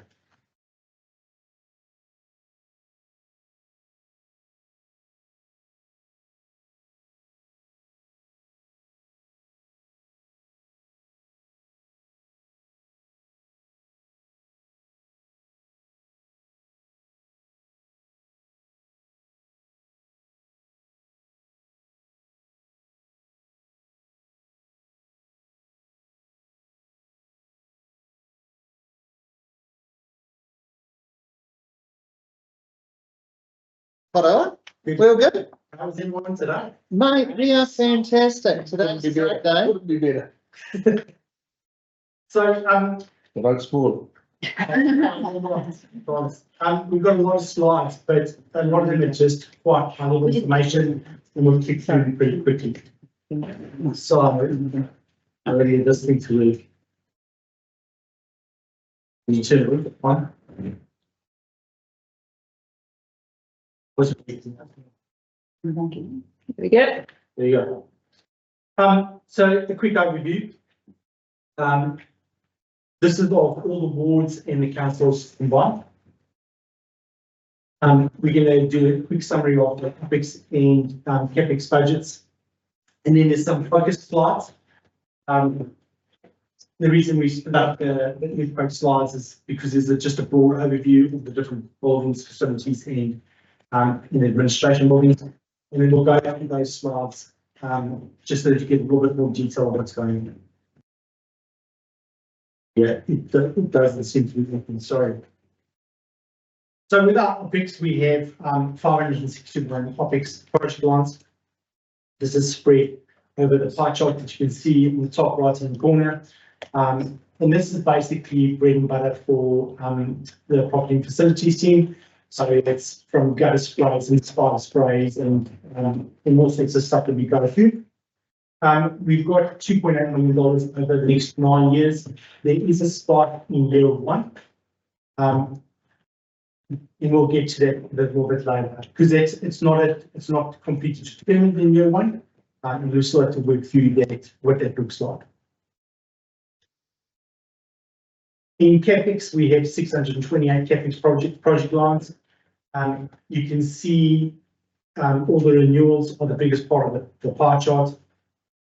This would also incorporate a lot of the earthquake strengthening over the community halls. So you can see why we have the big spikes on the bar graphs below. Airports, this is just I report separately on airports just because of the fact that it's almost a standalone an entity. So there's about $12,000 worth of OPEX. You want to jump.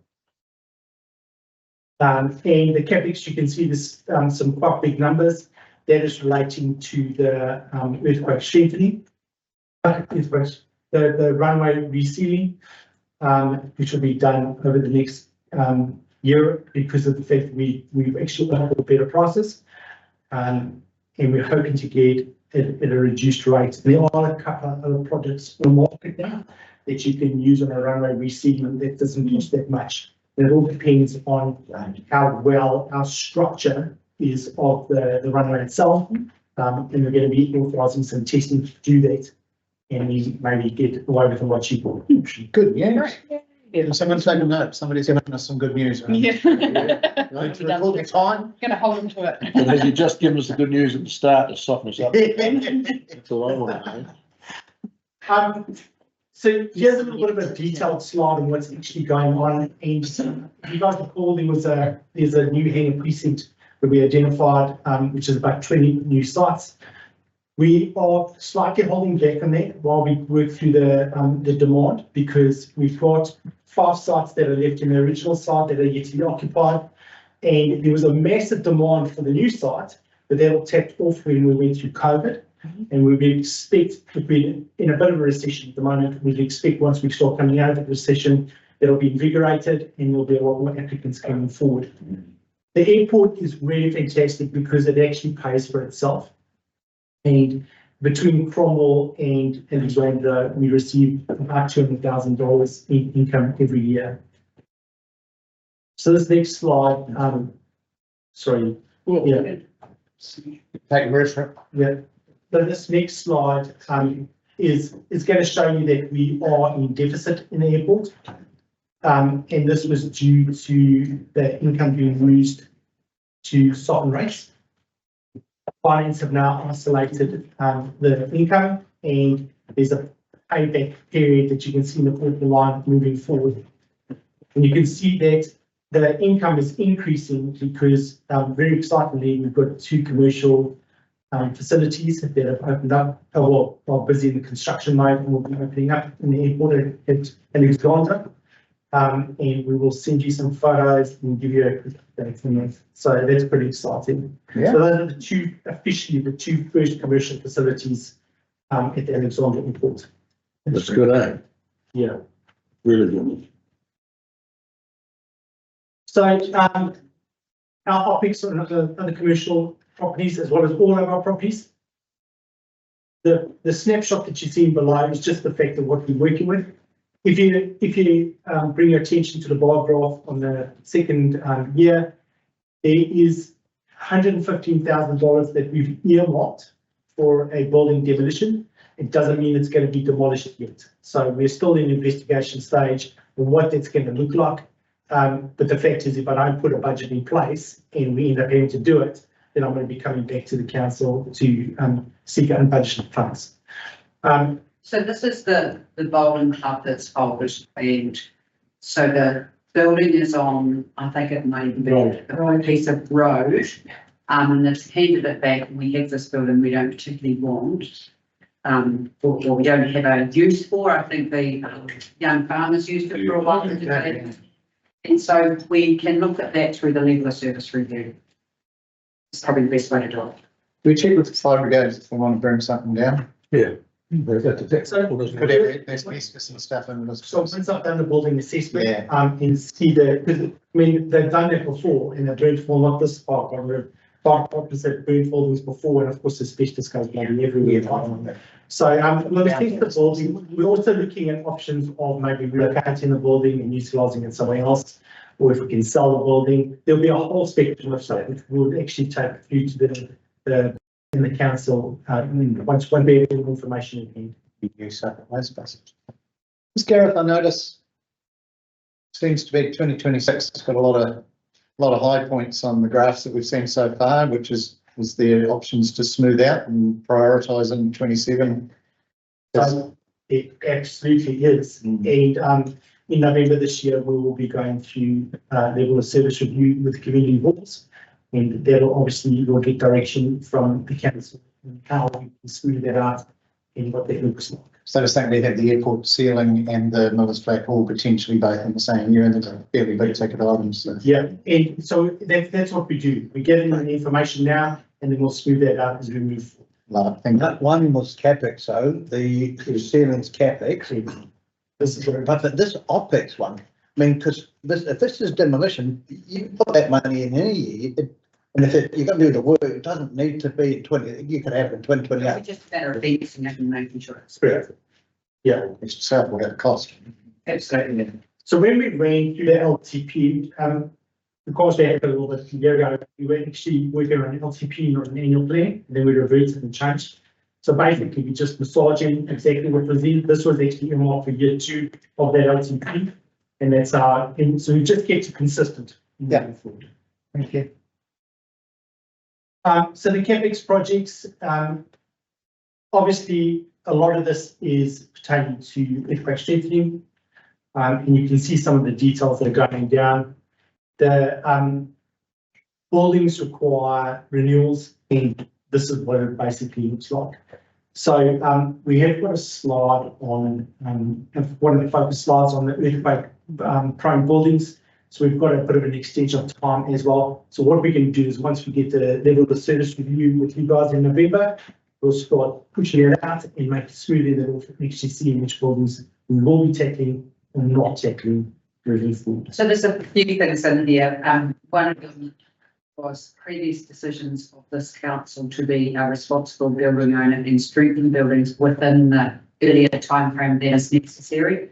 And the other thing that we are aware of is the government's current position on earthquake buildings, and that might also change. So there isn't the urgency in terms of compliance, and we also are mindful of safetyness.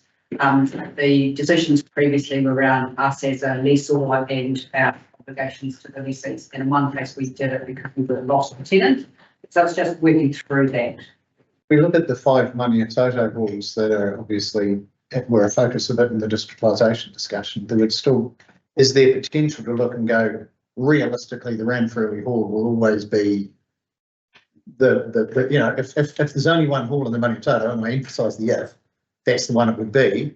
So do we deal with the safety in that one whilst we wait and see what the government, and is the safety aspect really, you know, there's no masonry hanging off the edges, which is the real risk, but you know, so perhaps can we prioritise a little bit before that decision's made?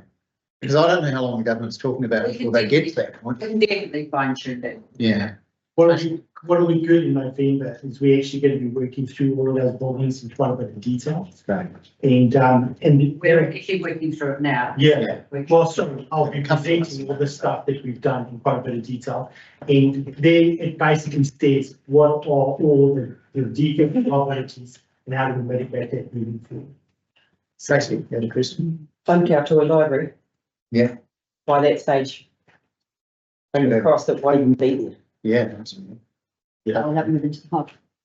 And you just found 20 grand for your hub, didn't you? I don't know where you can put the 20. All right, thank you. Again, with OPEX, we've got about just under $800,000. And there's a few identification of Caretaker's Cottage in Opp Street, which has got some associated maintenance with it. So as we work through those and prioritise, these are the type of things that we start scrutinising. Next slide, please. So Hannah, if you just go back. Yeah.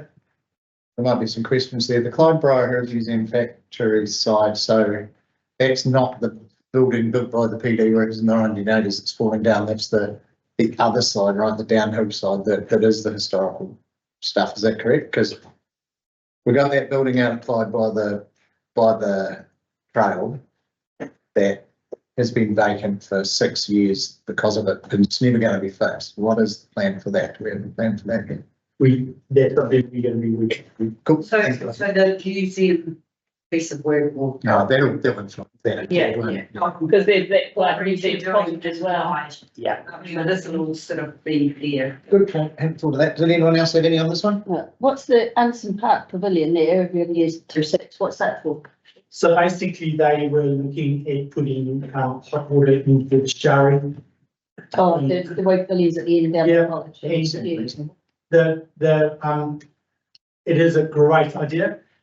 It's just getting those two clubs to start working together. So it's just politics at the moment between the two clubs. Right. And who gets ownership of this, and it should be a joint shared facility, which is what we're busy working through. Right. So $20 million worth of capex. You can see there's some major stuff in there, and a lot of this is earthquake strengthening. There is a focus slide on Molyneux, isn't there? Yeah. Okay, so I'll get down to Molyneux a little bit, but you can see in the Briarherb Museum's also up there, your worship, and that's something that we're going to be working through when we go through the museum piece of work. Thank you. That's again a little bit more detail where you can just see all the earthquake works happening, and obviously after November probably have a better steer on where we're heading with that. Okay. 900K. Well, we're looking past really quickly. Yeah. Apologies for so many numbers. Are we going to be able to have access to this? Have a look at them? Yeah, they'll get emailed to us after. Would have been the ending to be. If you could just, realise that this is not all the stuff. Like in the beginning, I told you there's, 500 odd lines of topics and 600 something lines of capex. So Sort of pulling it out of context, and I know it's really hard to look at it like that, but it's sort of giving the scale of and trying to highlight the areas. still would be good to be able to have a look at those. Absolutely. And if you can see, it's pulled across over the different years. And and you can see like, if you're looking at this one, that $115,000 that we got for the demolition, you can actually see how that affects year 2026, whereas the rest of it is actually quite smooth from an OpEx point of view. Cool. And again, with this, you can see there's big amounts of work in years 2 and 3 of this LTP and how that affects it. Right. I'm going to hand it over to Janice, just because EPH is honestly her area of expertise. So sorry about the slide, it's the best we can do, but we know that we have got a deficit in the EPH cost centre. And this slide is showing we've got a carryover coming this year from last year into this year, so that takes account of that. That's $100,000 carryover we're asking for. So you can see our deficit by year 7 is we're coming back into a credit balance. Now part of that deficit is because some of the previous years was due to dropping rates, but also we had the double glazing project, which was near $1 million, and the heat pump installation project 343K, and installation of bathroom, kitchen, ventilation work as well. Part of that work drove that deficit, so we're on target to paying that back. A lot of that work, besides being morally the right thing to do, was a requirement under Yes, the. under the health. Yep, absolutely. So if we look here, we've got the OpEx work that we're planning. We really have pared this budget back for it was to do bare minimum for a few years. And just so we get back into a positive line. That's no big surprises in there. CapEx again, while you'll see the kitchen replacements, we were planning on doing lots of replacements. We're not now, that descriptor is wrong. We need to put some money in there for kitchen replacements for when the cheaper kitchens in an unsanitary condition, they chip, and then as the minute you get water in them, they just blow up like wet paste. The wooden kitchens, the old wooden kitchens, yes, we can just sand those down and repaint them, no issue. But we have to have money in for that. So these are pretty basic requirements that we need.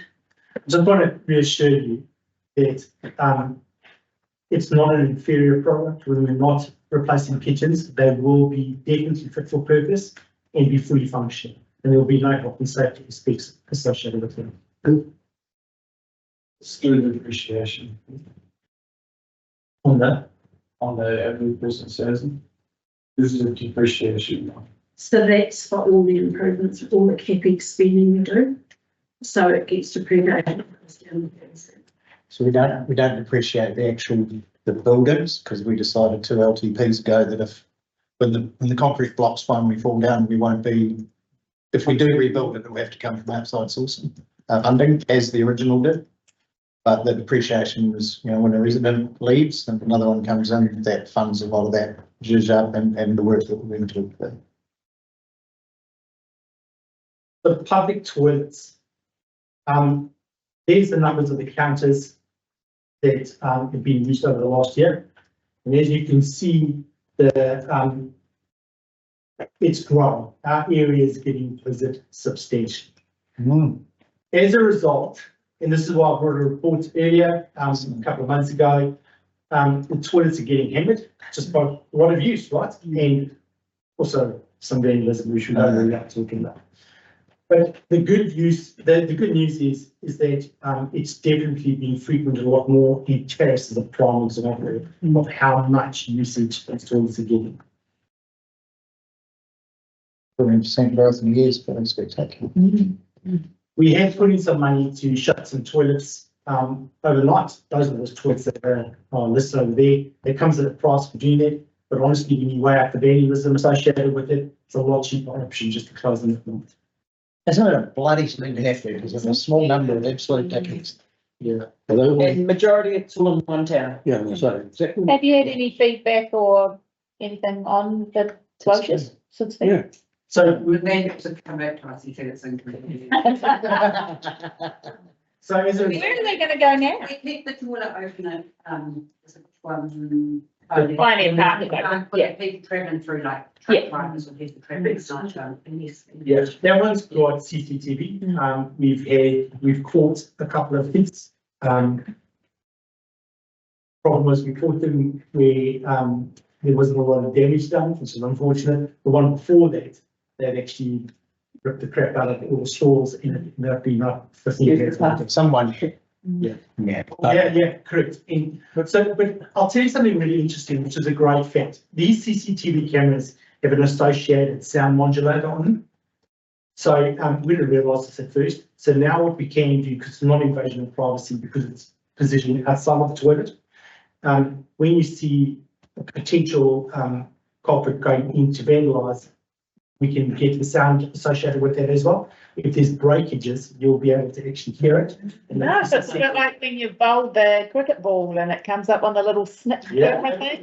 And So the piece that says to me that is fantastic, because it effectively is showing visual footage of them entering, the sound footage to say that something's going on in there, and then exceeding again. So that's quite a good story.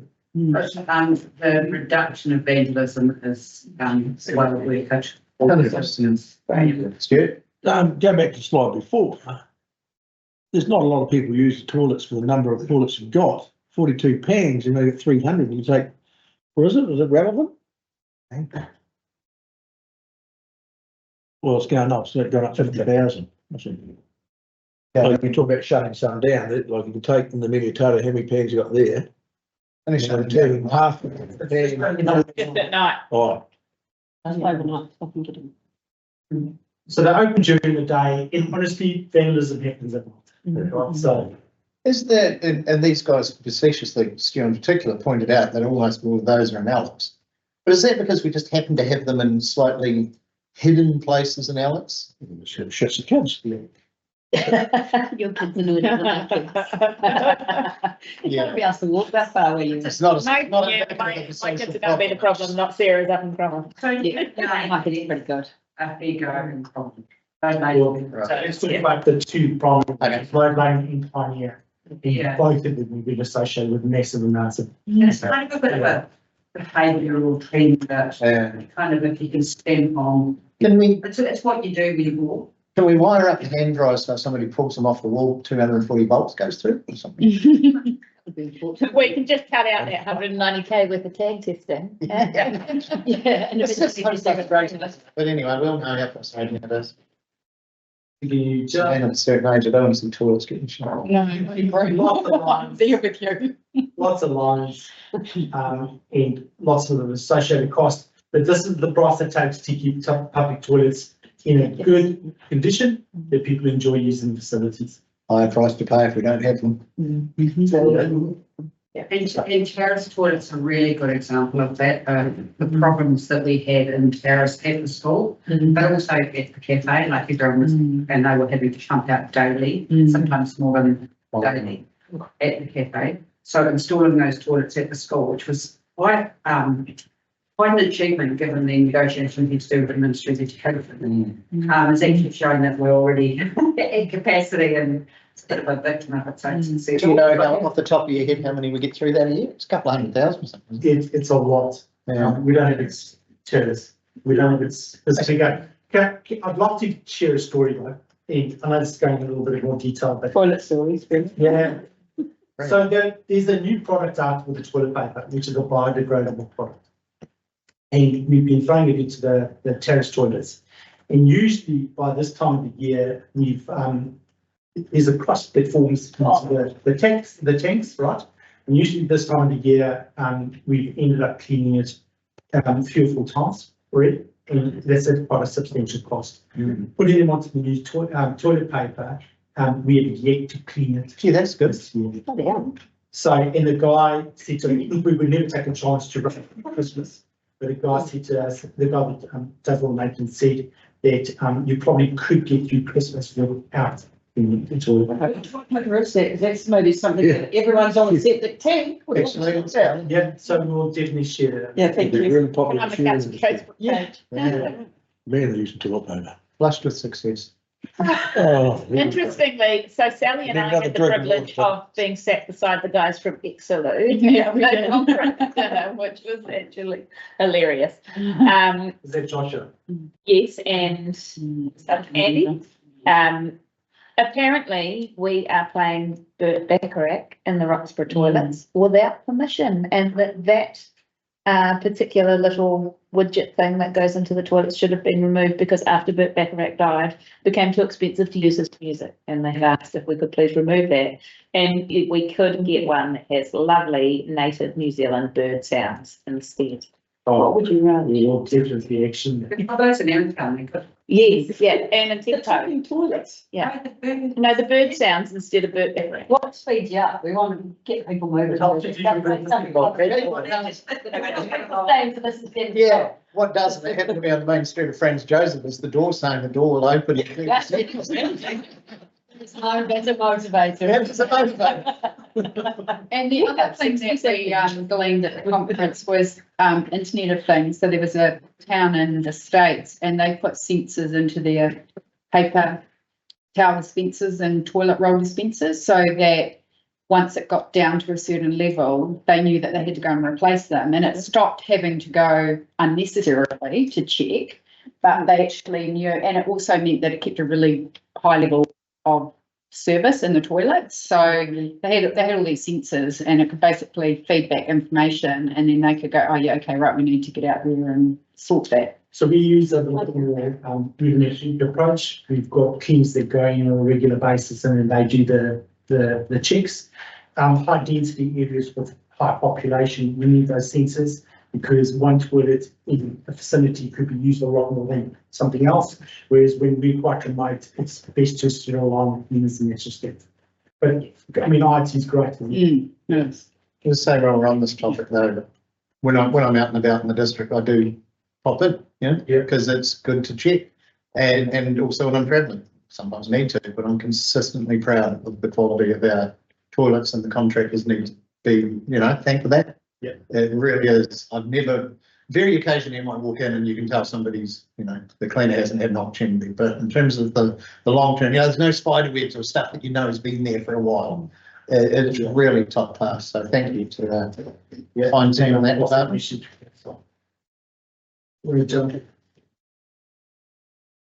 So just before we do that, it's a great. Charities is getting used so much that we're actually going to be doing a feasibility and looking at whether we put an additional hill into that. Quite often it's there is. So just to let you know, we all keep monitoring and when we see that there's more, we start looking at options. Okay. Right. So earthquake prone buildings. There's a little bit. Can I pause you there? Because it's just occurred to me, with terrace, if we're going to increase the terrace, do we want to talk, I'm trying to think, is there one at the top of the Lindis and do we want to talk to Waitaki about putting one there? Because obviously people stopping at terrace that come over the Lindis, is there more of an opportunity to needs must, if there's a compostable at the top of the Lindis, perhaps that's better use of money, particularly if we share with Waitaki, than putting another pan in a terrace, just a thought. So great thought, because I'm sitting next to the new strategic director. Straight into it, straight into it. I'll talk to my people. Toilets do create a reason for people to stop, which also then creates a reason for people, if there's something to do there, to stop and spend money in our economy. So I think in saying that there is no money to be seen, we miss an opportunity to gain an economic impact. We've already got toilets there. This is just about demand, and the demand would be either met at terrace, because if there's a queue or not at terrace, people are still going to stop if they have to. I suppose you're saying if they've already stopped at the windows, then you're right. Fair enough. Good point. There is some issues though with waste on the side of the roads through there. Yeah, the other thing I was going to say, the road, you stop 15 cars to use the toilet, you check and jam the top of the lead. All right. The road, you probably go to snark it there, stay over. Just something. Yeah, okay. I love the area though. So that's just the high level view of the dates. We can jump in and start in detail. So,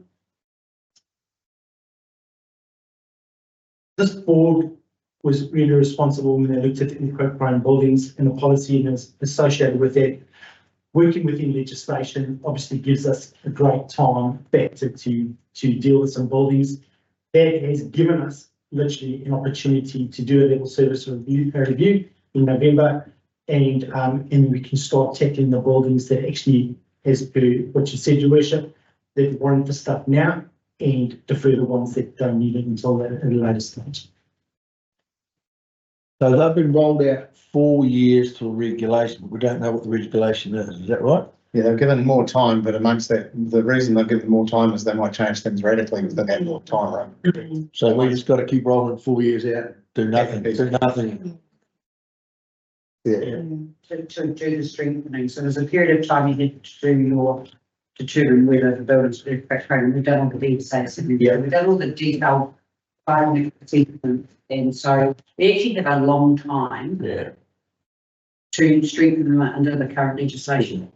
Yeah, well, yeah, so, well, yes, you do have to under the current legislation. You don't get the choice of or not, or the council to know from you. But we know that it's going for a review, so we'll just work within that and come back and have that conversation. There is a type of timeframe on identified lifeline buildings for civil defence, but easily earmarked, and some of them have been deferred into other buildings. So as an example, in Roxburgh, we've moved that through to the school now, and they've accepted that, so we don't have the pressure of doing the Roxburgh service. Roxburgh. Did that happen in Redford as well, or we're going to use our stadium? We have had discussions with the school and we can use the facilities. Yeah. So it just takes the pressure off of us. We also need to work with the emergency management team and make sure that we are actually delivering and it does make sense. But yeah, it's a good idea to not use buildings that need strengthening with a civil change. And there's the kind of timelines we're following. So it's pretty self-explanatory. Maybe 35 years and one. Yeah. I was still here when it's saying. We did jump. I just thought I would bring your resolution up so that you can remind what you got there. And that again is pretty self-explanatory. And the 67% MBS is not a government standard. It's a standard we have imposed. Yeah.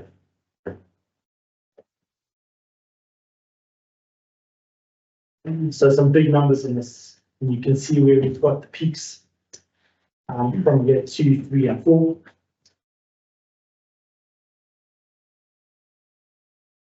And I think we have got to focus on the morning limit. I don't want to go ahead to yeah. So this is just telling you the status of some of the buildings that we have. And 34% is the legal requirement. So if it is at 34%, there's no need, unless it's obviously a high status building, like a lifeline centre, there's no need to increase your spending. What does 34% get? What does that mean in terms of? So in a shake, it'll allow you enough time to exit the building. Yeah. Depending on how big the shake is. Yeah. So let's put that in perspective. But it generally allows you enough time to exit the building, and that gives you an IL2 rating. If it's below that, they tend to have loss of life, because the building does collapse and there's enough time.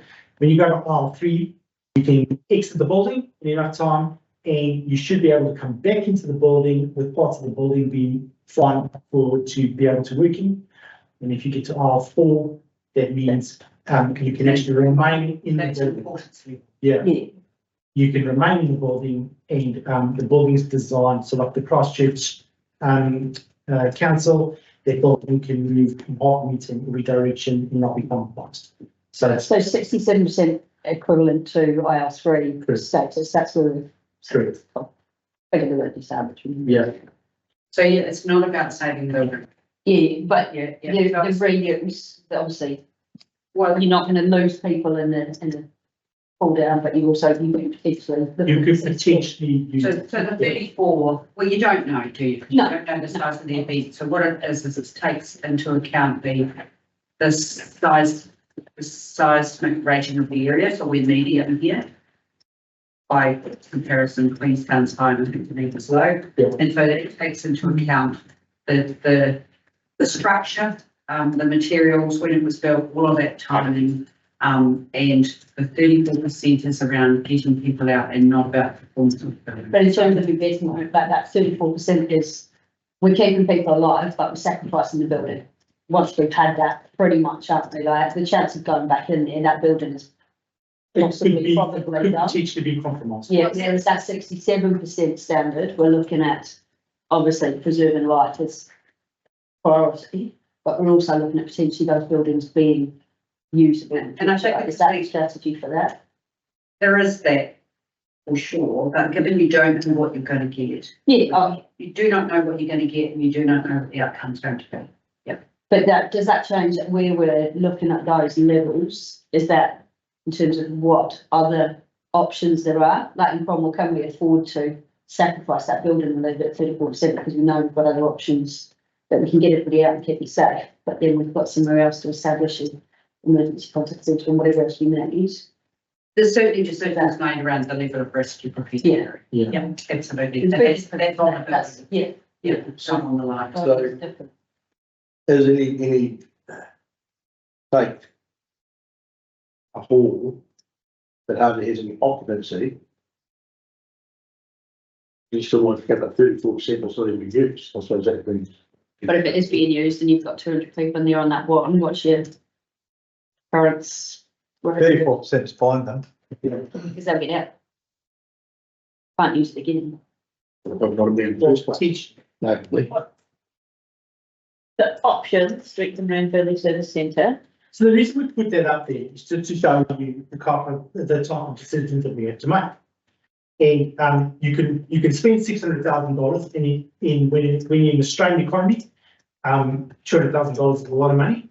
You can see what the difference is, or you can spend $400,000 to bring the building up to a level that you're no longer liable for any of the life that is associated with the building. So Is there another slide that talks about whether that Ranfurly Service Centre moves to a different building? that's going to be done as part of the level of service review in November. So we've got a whole lot of buildings that are listed in that. I think 16 in total, so many, I can't remember the exact number, but we're going to basically be presenting the exact status of those buildings, what can be sold, what can't be sold, all the parameters associated with that. Yeah. Yeah, and then we'll look for direction.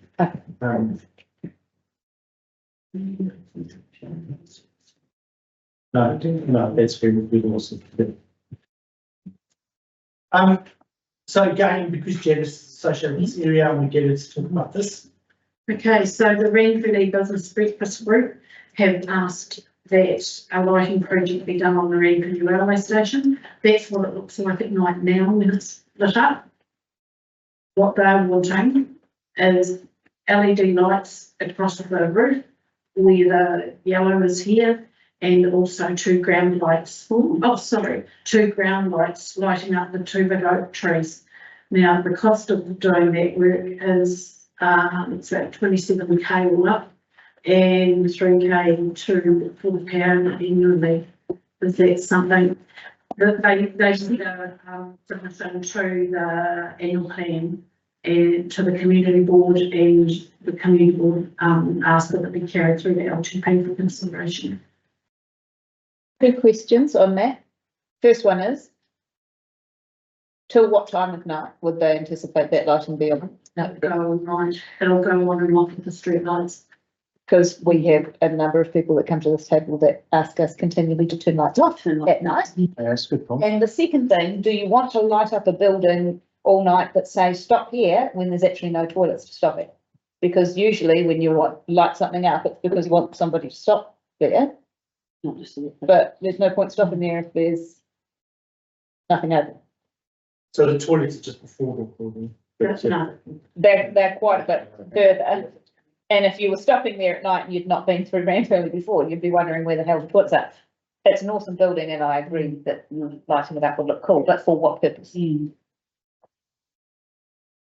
Yeah, So yeah, I sort of sat in on two of those business group meetings. I guess the main point was primarily it's for winter. When obviously it's dark by 5:30, 6 o'clock, but there's still people going through the town, so they want I guess what they're saying is without the lighting that had been reinstated, it looked like a big black spot in the middle of the street, and they wanted to really big it. Now that the lighting around the veranda deck is up and the clock is lit, I think it's looking pretty good. I'm sure you can come up sometimes because of that did see the lights turn off the way 9 o'clock, whatever it needed to do. But yeah, it was just to give the town a focal point. Because once it got dark, particularly in the depths of winter, it was pretty dark. That's the justification. What's your thing, Stu? You would have been involved in a bit of this call, haven't you? Yeah, the business group's got a whole new motivation. They're a pretty dedicated group and definitely been driven to beautification and tidying up the whole main street front as a volunteer group, really. So they've done a good job of really bringing focus to the main street and streetscape and everything. So it's got more lighting now. We've done that, but yeah.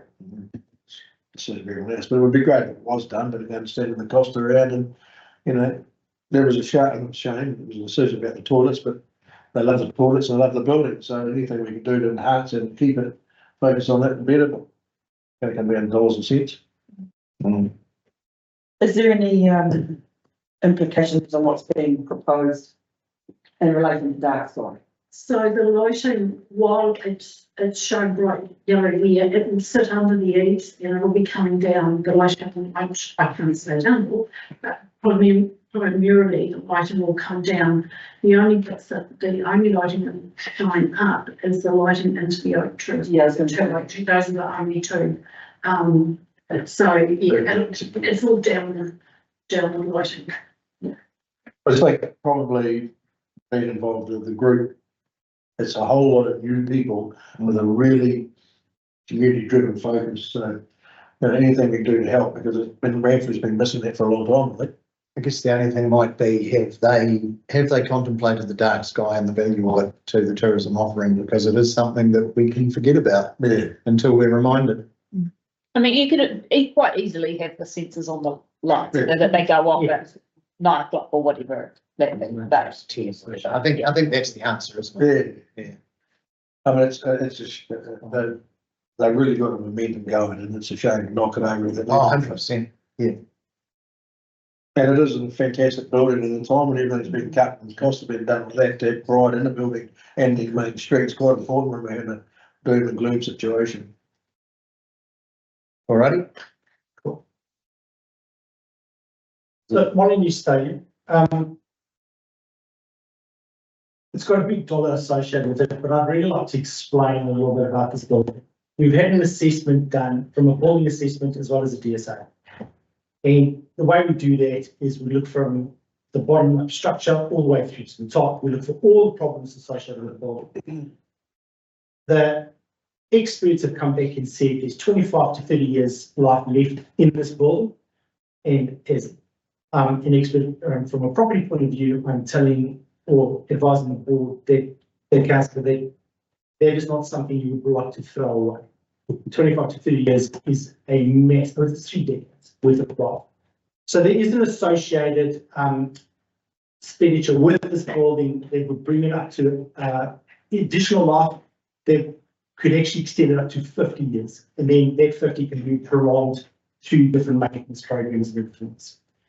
In order to bring it up to a 50-year marker, you're looking at spending approximately $5.6 million. We've got a detailed paper which the Vincent Community Board rightly left on the table, which gives you a whole lot of detail around this through the different work program. We've got a detailed slide there. So let's just jump on forward. You can see all the years associated on the left-hand column and when the spend would need to be made up to potentially the $5.6 million. It's a good facility. It's a very well-used facility. So my advice is definitely, think long and hard about the commitment to this building in a small spend in relative terms, because a new building would be in excess of 15 to 20 million dollars. And that's around just over 100 grand a year. If it pushes it out 50 years, it's a no-brainer. Much more we don't spend money, it's spending money to save money. So with the asbestos removal, is that because you're going to be doing works that will be affecting part of the building? Or is it just asbestos removal because you want to get rid of it? No, so there's one part of, there's two different aspects. There's one part of the building that's got friable asbestos, we've actually isolated that and closed it off to the public. The other parts are non-friable, so it's a cement-based product. But the problem is with that is if it gets compromised and it becomes brittle and breaks, it goes into a friable state. So you've got cladding associated with a building that's been flying off that building, that becomes a friable asbestos. And fortunately, the breaks that have come, the pieces of cladding that have fallen off now have broken in hole pickers. So there's been no associated dust or anything. We've managed to scoop it up, bag it, and get rid of it. It's those types of situations we want to look at. So yeah, I'm totally. I'm just wondering whether it was to do with the building, things that you're doing at your work, because obviously with asbestos does. Yeah, and the cladding on the outside of the building is getting compromised, so it's getting to its end of life. Asbestos is a brilliant product until it gets to its end of life, and then it actually starts compromising. So that asbestos removal, does that include new cladding? Yeah. So that's the removal and the cladding and all So that. the $5.6 million basically brings your building up to a scratch, which gives you a 50-year lifespan. And that 1.5 for the earthquake, that's stuff that has to be done regardless of, so you're going to have to strengthen it, because if you don't, it's going to fall down in 25 years if we get a 6 coming through, far less than 8.5. Yeah. Cool. Is it what's the name of that question? No, it's disappeared. So when you trigger this system, so it'll be sprinkler systems, it'll be. So this is the fast thing. It'll be sprinkler systems, it'll be whatever type of alarm system goes into the building. Or it'll be, yeah, as well. So, they did what is. That's not just a safety upgrade, it's also the accessibility requirements. Yeah. No. But that's under the accessibility. Yeah, so it's the 7. Okay, so it's 1.1. So has it got no sprinklers in it at the moment? No. No. And the fire doors are non-compliant. If you start adding the whole lot up, it shows a much bigger picture. Does this include the rugby club side as well? Yes. Sorry, includes rugby club side? Yes. And I would think that fire safety stuff would be impacting on our insurance premiums. 100%. Yeah. Because how are you going to do accessibility to get up to that top? Do you Up on the lift. Let's go in. That's an equation that we will work through. Is it in there?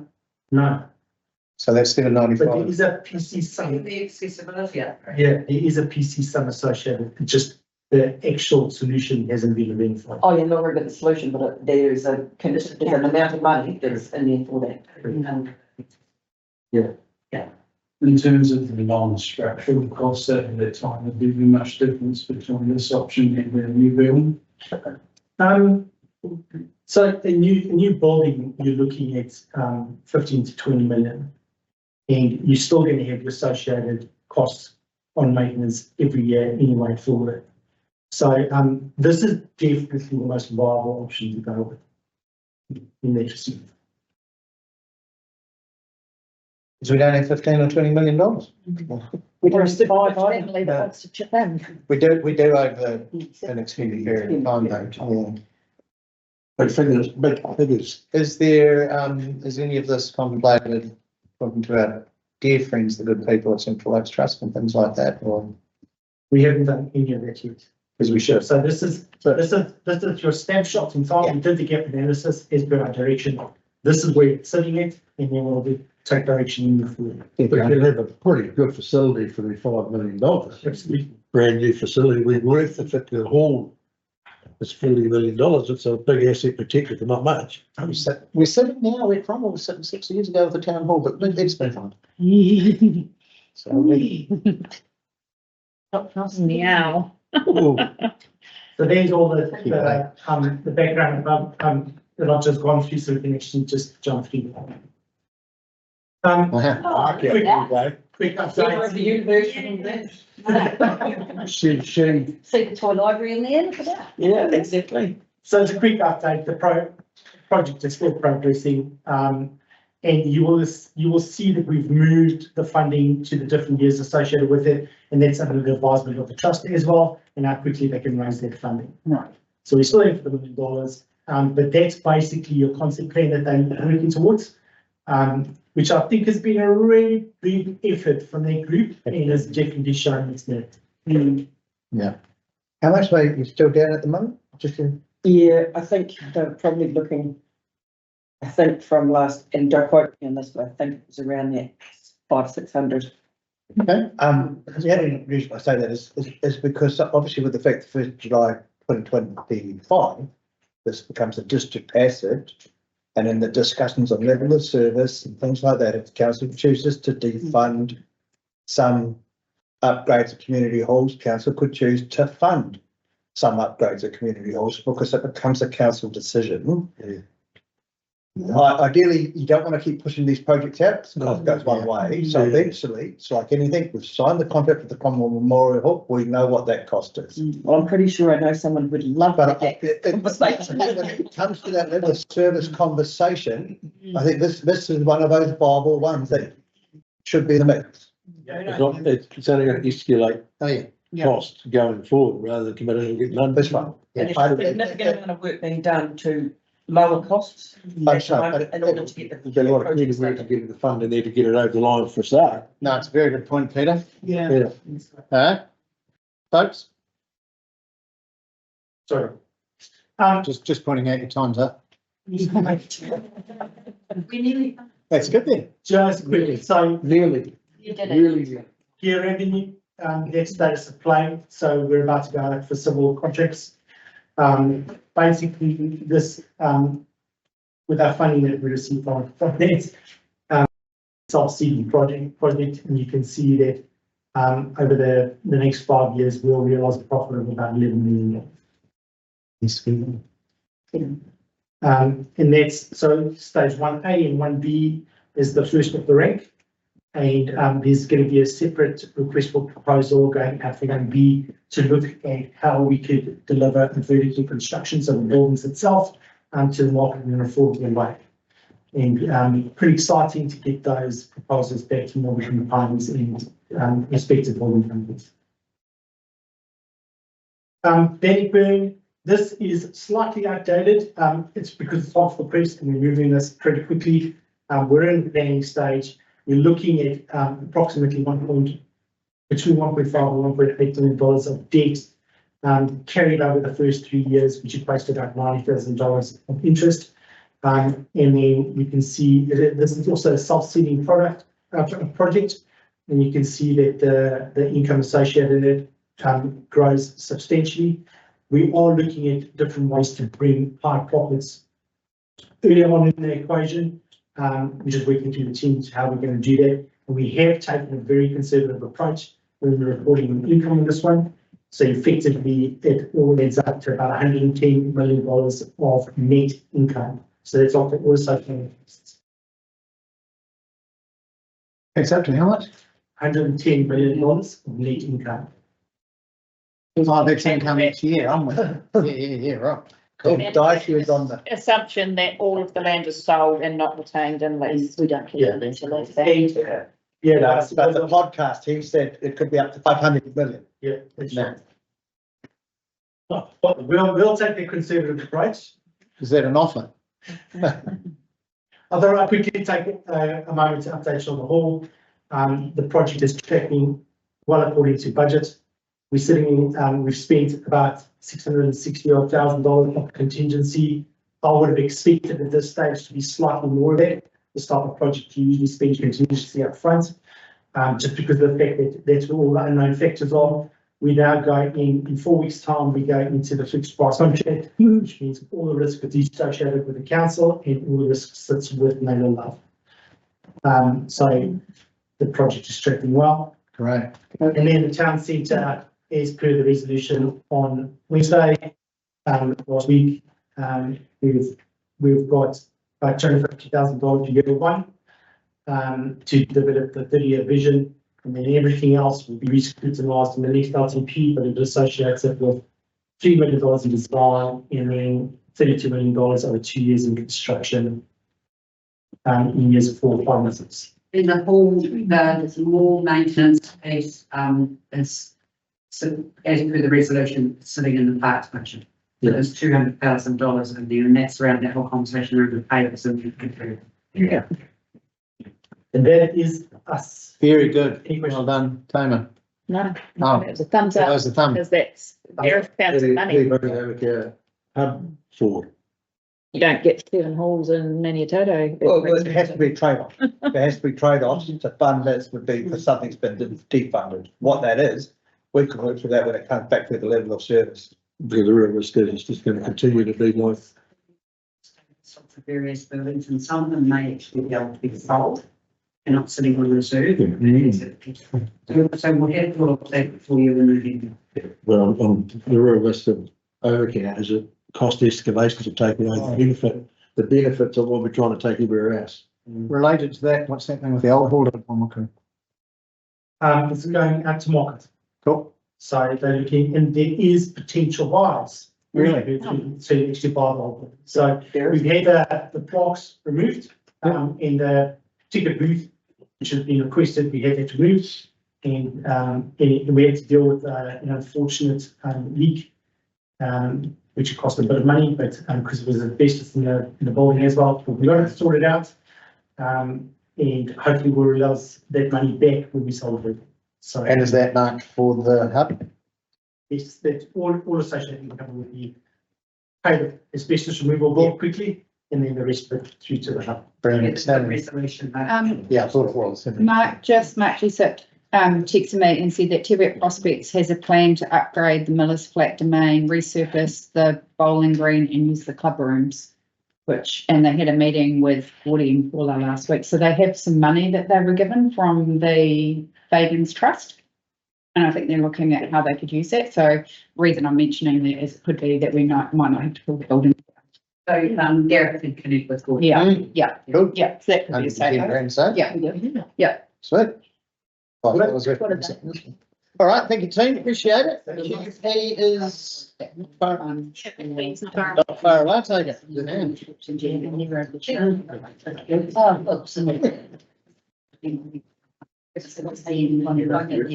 Yeah. Yes, they're an umbrella. Yeah. Yeah, we got all the information. Yeah, okay, so. Oh, that's what I'm talking about. Yeah. Been sorting out. Yes, I have. I'm trying to clear it and work hard there and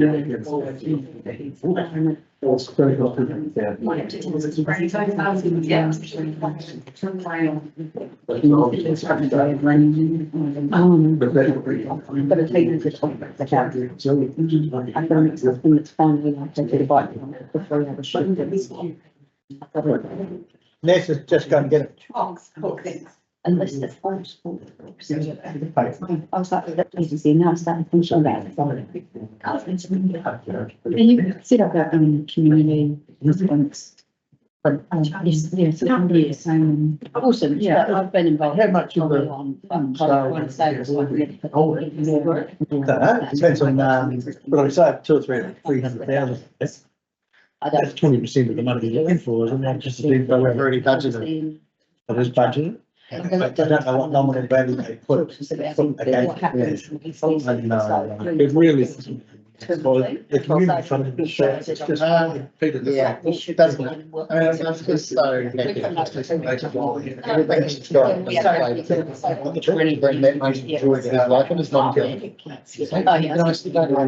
we were 10 years ago, the budget we had in Africa, we had a bloke. Did we actually? Yeah. Magnificent. And there's actually a lot. No, what do you call it? Yeah. And then the response, and I was waiting for people, and still didn't shut up, and the audience response to the response. Spread out. Goodness me, we're in the confusing. I think for us. Oops. I hope that, was that paused? Yeah. Yeah, I just sing up. Oh, sorry for swearing, excuse my language. Mute. What are you gonna do? Oops, daisies. Yeah, and it's just. The nearest coffee mouth people. No kidding. I don't know if that's the issue.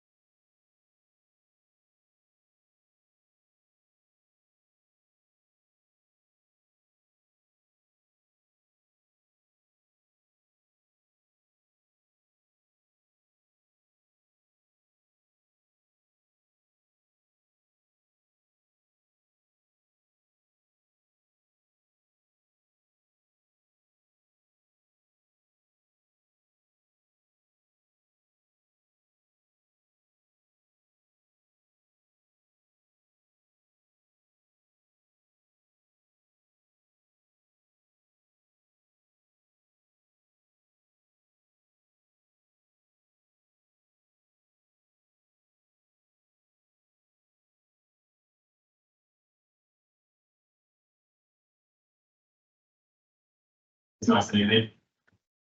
Cool. So, yeah, thank you. So environmental services base covers land development, engineering, sustainability, and their carbon emission piece, and then obviously the waste services activity. So the first piece of the puzzle, land development engineering. So currently there is a team of 2 with external support and technical expertise pulled in as required. It's largely a cost recoverable process. So the developer pays for the services that engineering gives. There's just some instances where a company pays back in pre-application meetings potentially for advice for applications and different pieces like that. We are working to NZS 4404 and standard with the 2008 addendum, and the addendum basically gives Central Otago specific changes to that New Zealand standard. So conditions for our piece of the puzzle are addressed through that addendum. So currently we're scoping an update to develop an addendum to the latest standard, NZS 4404 2010. We do have some funding through the annual plan to kick that off, and there'll be a piece of that finalised through the long-term plan process. There has obviously been the changes with water and water reform and the National Engineering Development Standards for water, which are likely to be coming out in December. So, New Zealand conference last week, they told us that they're legislating the National Engineering Design Standards and Level 3 is coming out before Christmas. So we will be using 444 2010 in the National Engineering Design Standards. So we might have a local addendum. No. It's being standardised across the country, which is good. Correct. So yes, scoping the project could use. Exactly, and then addendum will therefore pick up the roading parts pieces, and we will work through that, with each of those teams respectively, and be engaging with, development agents and that through that process and the surveys and different teams like that. So That was what was requested by those submitters back, when they came in. Yeah, the plan in particular, is it? Not quite. What they were asking for was us to be more lenient in the application of the standards. Oh, there was But in there as well, there was definitely. Yes, but also to get around, To get the kids updated and about how we deal with it. So that will move to date. correct, yep, it moves to an update, around that, and, Cromwell Community Board also passed back that feedback as well. There was some questions through there around when this was going to get updated, but it is taking off under the plan, but it will go through into the long-term planning period, but that's just a bit of an overview of, that activity. Otherwise, it's largely business as usual in that space. Next slide, please. Excellent. So our sustainability strategy, has been guided our direction, and it's a 2019 to 2024 document, and, don't need to be able to read that. It's noting that sets some goals and targets, and, everything in that document, sort of, has guided our direction since then. So, sorry, next slide. One big piece of this strategy was,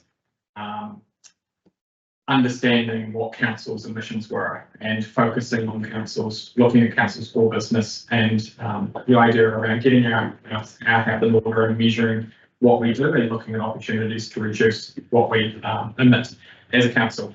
So back in 2019-20, we were emitting 14,000 tonnes of CO2 in that financial year. Our 5-year emissions management reduction plan had a range of projects, and we were targeting a 55% drop in gross emissions. So that's including, although we have been growing, a 55% drop from our 2019-20 value. Very proud to say that we've achieved a 55.2% reduction over that 5-year period. So we see that target line here, just to be met in 23-24. A portion of that shift from 21-22 onwards is around growth, which wasn't factored into that target, in terms of having that as part of it. So that's, a range of projects and us, and it's a super positive result. So I'm sorry, next slide. That's a great result, Peter. Yeah. Absolutely fantastic. I'm incredibly proud of that as an organisation. Yeah. Particularly when you look at what our population that we serve has grown by in that period of time. If it was worked out and calculated per person, that would be even more impressive. So some obviously emissions largely relate to energy use. If you're using more energy, you're creating more emissions. So the council's approach to look at whole of life energy costs and everything like that with some of the projects, for example, the Cornwall Pool option and different things like that has contributed to that reduction. But that just runs through a range of projects there that had a big impact. The coal-fired boiler for the service here, the Cromwell Pool with more energy efficient alternatives has been a step in that direction. Even simple projects like replacement of carbon dioxide bottles at the Alexandra and Cromwell Pools with non-emitting project products. The gas capture and destruction system at Queenstown Lakes landfill, which we had been a contributor to with the material we had been sending and paying towards that project. And obviously reducing waste disposal to landfill through the new curbside services and district-wide conversion initiatives. And we had 3,300 tonnes collected through our new organics bin last year, which is significant and quite a significant reduction in material to landfill through the region as well. 150 kg per available property less than the year before. Is that collected or is that accepted? Some of that was, there was quite a bit of contamination. In the first 3 months, there was some contamination, obviously month 1 worse than month 2, worse than month 3, but that was just around a lid swap over. We haven't seen the same levels of contamination through that period ongoing at all, and had it's been super successful for those remaining 9 months. And we hope to see that consistency, 3,300 tonnes collected through that bin going forward, if not more, as more people come to use it. But yeah, 150 kg less the landfill per available property. We were about 850 or something, so that's a percentage-wise, it's like 20% less. Yeah. Has there been any problems on that goes out as a follow-up? You know, there's a lot of pushback when we did the bins and. Yeah, absolutely. That's up to a lot of people. We absolutely need to celebrate that, and But, yeah. we're seeing some terrific results through the resident opinion survey as well, with satisfaction with waste services and satisfaction with the green bin, and even the satisfaction with the red bin has increased. Be nice to push that now. Yeah. Like we do a lot of stuff and we work really hard and then we do it well and we're like, oh yeah, cool, we tick that box, but we don't go out and say, we did this really well. We collectively, people being engaged with what we're doing. No, But that's yeah, because if they didn't, then you see, I mean, the success is derived from their buy-in or not, but I feel like we ask a lot of people to do a lot of stuff and we don't actually go back and say, then good job. Yeah. And the cost of waste is. Yeah. And hey, you rates it up, but shoot, it would have been up even more if we were paying for landfill. That's the emissions. I mean, that's relative, isn't it? Yeah, 100%. And I think there was a little bit of noise around the start of coping with the smaller red bin. Yeah, just got on with it now though, so she's all right. Yeah. Having that, Picking it in the neighbour's bin. having that 3-month stand down, I mean, we had lots of service requests and calls and comments at the start around that, I'm going to get to upsize. Putting that 3-month period in place has really given people a chance to give it a go and realise that it's not that scary after all. And we've seen less than 150 people take up the upsizing, and that includes commercial and business. And there's quite a lot of genuine need in this. There's a lot of people I talked to that were medical waste and things that you just couldn't get around. So I think people were actually trying first. But we had 10,000 red bins in service, and we're talking 150 have chosen to upsize, so it's quite a small percentage. Pretty good. Overall. So it shows the fact that, yeah, the bin design size wise, everything's working. I didn't even put my red bin out this week. It's Okay. How much difference has been in the cost? I know there's been a immediate target for what was the cost of that on the energy price. I couldn't tell you, sorry. That would be probably a question for Gareth that you'd have to find around purchasing coal versus purchasing the wood chip. Yeah, sorry. I can't. And did the government just come out saying they weren't going to try to have targets for local government agencies? Did I read that last week or before? Regarding emissions targets. So we set our own target as an organisation. So we looked at what was in our previous long-term plan, what projects were coming up, what opportunities we had in the work we were doing. And that's where we set our target from. It wasn't a central government derived target, it was an organisational target for us. Cool. Next slide, please. So next steps, so obviously our sustainability strategy has come to the end of its term in terms of 19 to 24. Our 5 years of management reduction plan is coming in, and then we have a range of other work we've done as a council, resilience plans, response plans around climate, and work understanding what the future of the climate is. So we're looking at basically packaging the work we've done into one document, and that's what Alex Cummins spoke to you about a couple of 3 months ago, around pulling together basically a climate action plan, which continues us measuring our emissions and reporting on our emissions as council. ORC actually undertakes a measurement of emissions for us as a district and reports on that regionally for all the districts, so pulling that into this piece. Adaptation to climate change by council, that's just the work we're doing to be more resilient and pulling that into this document. And adaptation to climate change by the community, that's our past, present and future climate essential target. So continuing to have the documentation that sort of guides what the climate's going to look like, so people have a source to understand that and plan for that and what they do. So that document's largely pulling together what we have and continue to keep doing what we're doing. And as we do projects, we need to be considering the emissions impact of those, because typically the higher emission is higher energy cost. So those considerations. So that document's just kind of tying all the work we do together. Excellent. So waste management and minimisation plan. So June 24, Abby Cummins presented our waste management and minimisation plan to council for adoption. That's a 6-year guiding document which basically looks at and guides how we do our waste and opportunities for diversion. And it also sets how we're going to spend most of the environment funding we get through the waste levy. So that document really does sort of direct us to which way and when we focus our money from that waste levy base. And obviously set the goals for us in the district with regards to waste. Next slide, please. So this is just it's quite a simple just waste balance. And that basically looks like where there's still opportunity for diversion. So I'm going to say this a bit easier. And sorry, it's slightly complex, but we use this as a part of the planning. So typically waste generation across New Zealand is 730 kg per person, and that's sort of the industry standard. Actually, don't jump to the next slide.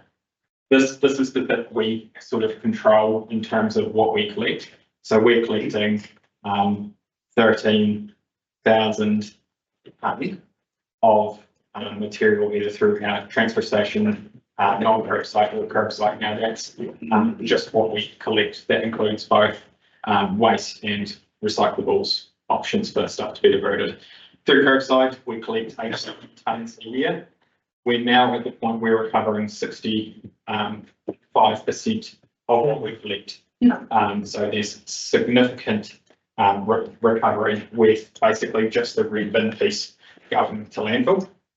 So that sort of shows the opportunity around what goes to landfill through our curbside is something that we can focus on as a team and try to reduce what people actually send to landfill. And of that piece we've done, obviously, the analysis of what goes into our bin, and that now excludes the organic piece, but there's still an opportunity to get 22% of that. That's people that might not be currently recycling profit and still putting some recyclable items into their red bin.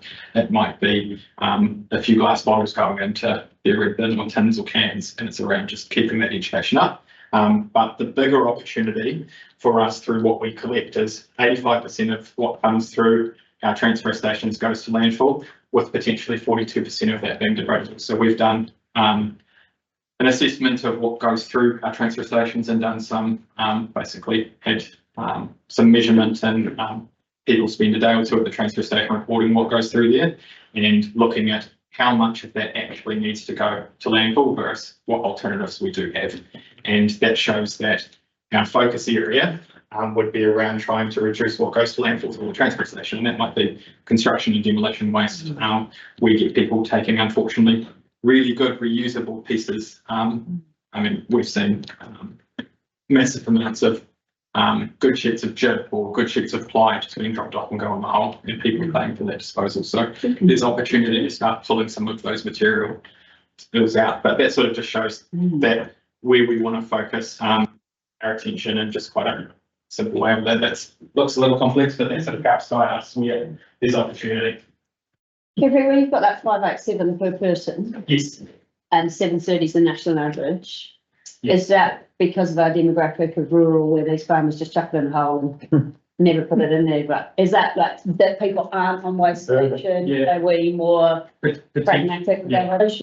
Potentially the other piece is we don't know of the other piece that makes up that 730. There's the authorised collection non-council system. So it might be you have a skip bin from a waste company that we don't see or doesn't go through our transfer station, might go through to landfill. Sitting outside for them. Sitting outside that piece, and there's also the illegal dumping But piece. that 587 per person, is that per person that's on a rubbish collection through their rates, or is that per That's per person. residents as a Some whole? people go, yeah, residents hold it, some people, we just use our transfer station. Yeah. As opposed to, if they don't have curbside collection, they might do a run into the transfer station once a week. Yeah, but that is everybody rather than per. Yes, yeah, of what has come through any of our surveys.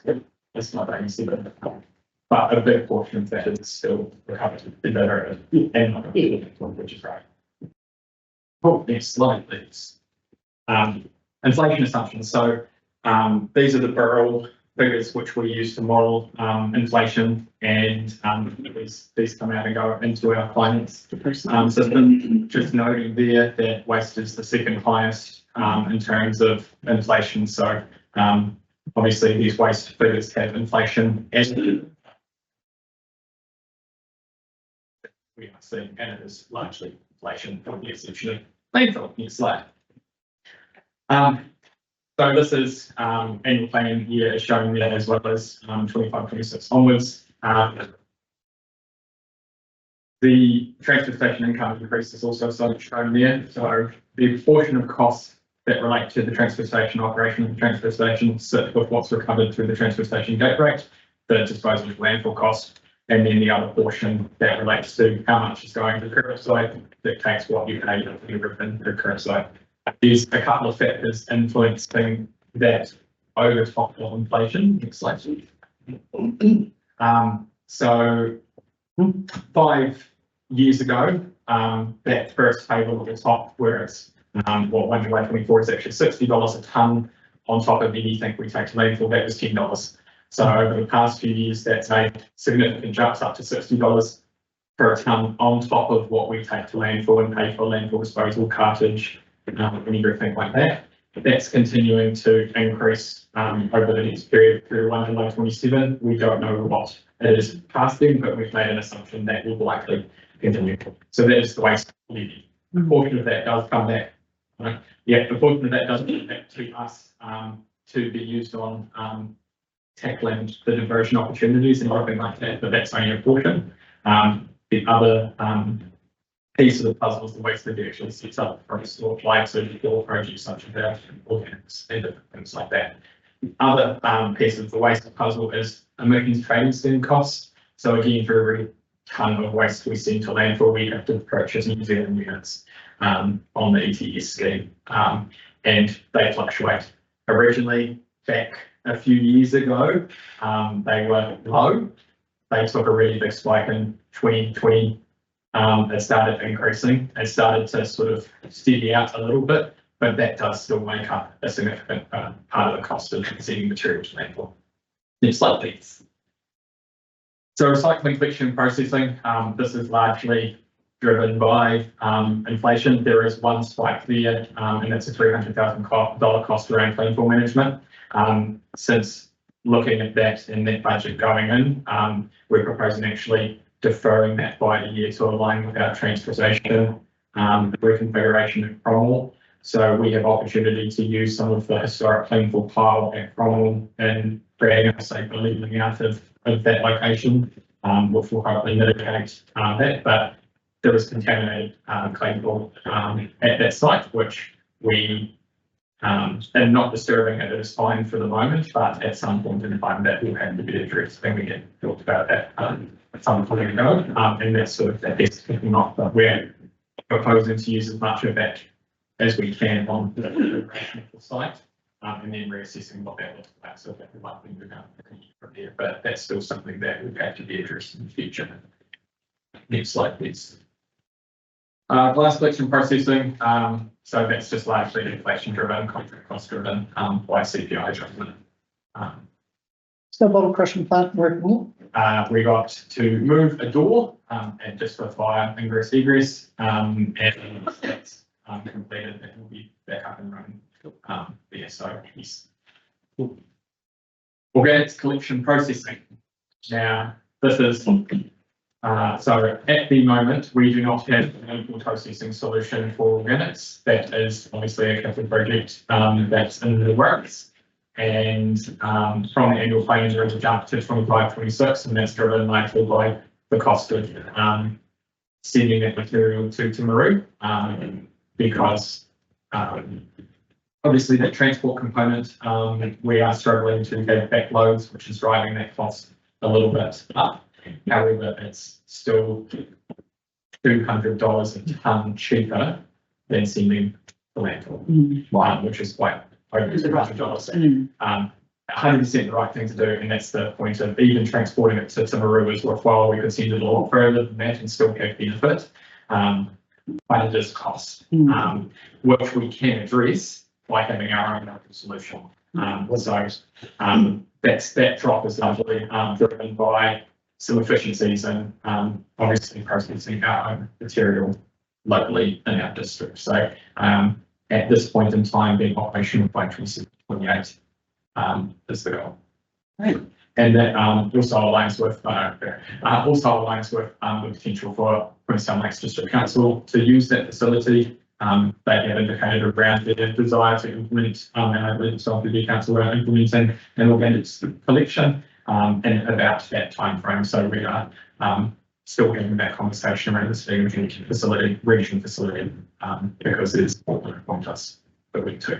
They still will have to by 29. That hasn't been just, I'm not going to use that word, that hasn't been won back by the government. Not that I know. There's still a requirement to have that in place by the year 2030. And yeah, it's been there. And is the budget capacity in what you're designing? 100%. Yeah.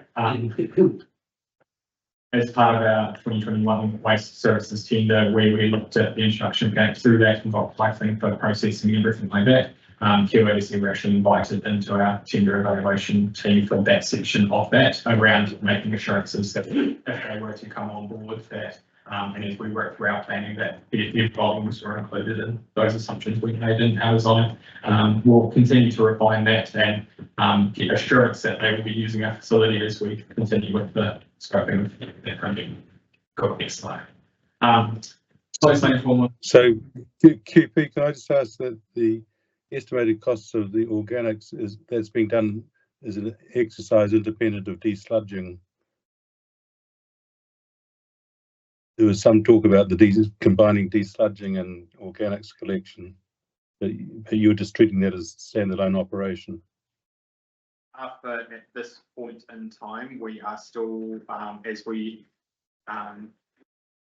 working with consultants around the opportunities around that being a combined solution or a standalone solution.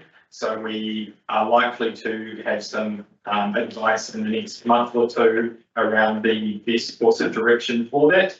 But at this point in time, we are, the indications are that it's potentially looking like a standalone operation may be better. So we have budgeted based on that for now, but that could change if we work through this process. Thank you. Closed landfill monitoring and maintenance. So that's largely just driven by inflation. There as we look after a number of closed landfills throughout our district, and they require grounds maintenance and things like that, as well as annual sampling or even more regular sampling up to quarterly. And we provide an annual report to the entire regional council on those.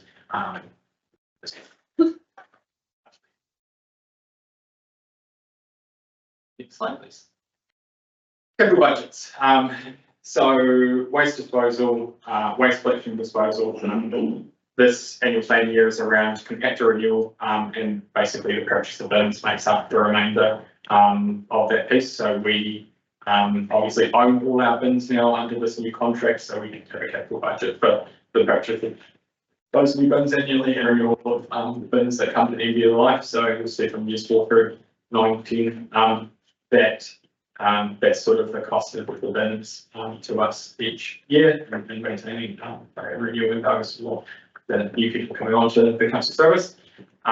For year 1, that is around setting up for the renewal of some of the underground pipe work at both the Alexandra and Cromwell transfer station, and then year 2 is driven by the Cromwell transfer station renewal project, where we will be addressing. So go to the slide. So that's looking at the option to upgrade the Cromwell transfer station to a facility more designed for the population that it serves now, and make some quite key safety improvements. So there is a height risk there, and as a result, EnviroNZ has made changes in terms of coming on board, have made changes in how that back in 1999 when it was established, was designed to operate. That hopper is 4+ meters high, and having people drop waste into that poses the risk, and there has been an incident in the past at that site a number of years ago. Now, all material is tipped onto quite a small pad area, and then that's coned off and used the front end load is basically used to load a hopper, which makes it quite some space for people to drop off waste, and then it has to be stopped and allowed for that to be moved out before it can be allowed to continue to operate. So basically looking at removing that high risk and then making a better layout to enable drop off recycling and not doubling over crossing over people. Currently that's put in the year 3 piece there. We could look at, depending on other funding and other projects around moving that every year, but just noted there's a safety operational piece of just how that site operates, and it is quite constrained on that basis. But at this stage, we're looking at undertaking that in the second year. Next slide. Organics facility. So we have funding to kick that off this year. And we are in the process of an application with MFE for co-share funding, and they have indicated that kind of equipment that is a regional style facility has the ability of up to 50%. So we are targeting that 50% of investment. We have gone through the first stage, about a 3-4 stage process. We're in the second stage at the moment, been working with our investment advisor and providing some additional material and detail around our submission. So we, at this stage, are hopeful that and have budgeted on receiving that investment, alternative funding sources is what we looked at in terms of potential collaboration with PLU, so if we were unsuccessful through MFE. Just note there's a couple of caveats where through the current funding piece is we are looking at an existing land option, and we're looking at a couple of different options and working with the property team around the best sites and working with EnviroNZ, our contractor who have a lot of expertise in this, with the Timaru site and Hampton Downs site, around the best location and considerations for those, as well as working through the sludge versus non-sludge inclusion solution is worth considering at this point in time. And just depending on location where the receivables may be required. So that's basically having a building for the material to be dropped off and treated in. That's a building encapsulated from a loaded point of view. The benefit of just dealing with curbside organics is it's largely mixed in the truck. By the time it arrives, it's completely bins with both green waste and food waste in it. So it's actually a lower odor than just a food waste process or something like that. So I've been to a couple of these facilities and was very pleasantly surprised with how little smell. It's just more of an earthy smell, but that's something obviously we have to work through because there's potential perceptions around that. That will be the contributing will be work through as we do go through the process. But in the first instance, we're trying to work through the sludge piece, and that will guide our direction to then look at the final location of that project. So we will be back with further updates in this project as we keep working through. Next slide. So just a little bit more of a piece around what it actually looks like. So it's called a aerated stack pile composting solution, and ECS is sort of the brand of it. It's open bunkers, layer of biofilter material covering the compost. Each bunker has aeration channels, so it either forces air in or takes air out. It's quite a simple composting process. The size needed is about 10,000 square metres. So there's an organic residual pad area for a receivables building, a range of bunkers, which make up about another 1,000 square metres, and then a maturation, screening, finishing sales area of about 6,000 square metres. So it's reasonably site heavy, but quite a simple process on the whole. Next slide, please. And the other piece is closed landfill. So this annual plan year, we have the St. Bathans remediation project where it's an existing landfill on a challenging slope, which there has been erosion caused by. The one is the finalisation of that piece of the project, as well as which is a very small portion of that 300,000. The next piece is all of our closed landfill consents are coming up for renewal in sort of the 27 period onwards, which we need to start preparing for. So just 15 closed landfills, each of those have two consents.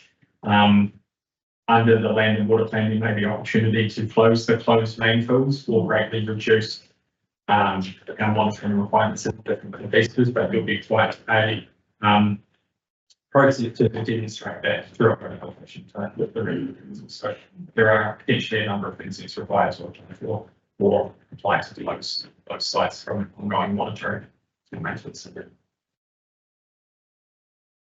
Any questions? Incredibly relevant, cutting further into lunchtime. Supervisor between. No, I think that was very well covered. Sorry, Ian. Fuel facility will be an option to take place on other districts. Yeah, absolutely. So Survivor Queenstown Waste, organics material as well, but there would always be the opportunity for other districts to use that facility. I guess the challenge is that how far do you, for other places do you see events? Is obviously inland is cargoes of opportunity for regional facilities, potentially close to that target. The Dunedin's currently establishing using timber at the moment, but potentially looking at establishing theirs, and that may be a better option for example, I'm not sure what Southland and Cargo would tend to do, but that might be a 3 councils there with Southland and those sort of regional facilities. We will look at, I know QRDC is looking at the recycling facility. We're not looking at establishing a facility of our own. When it comes to recycling, we have the opportunity with timber at the moment, where it has to go to afterwards anyway to go where it needs to go.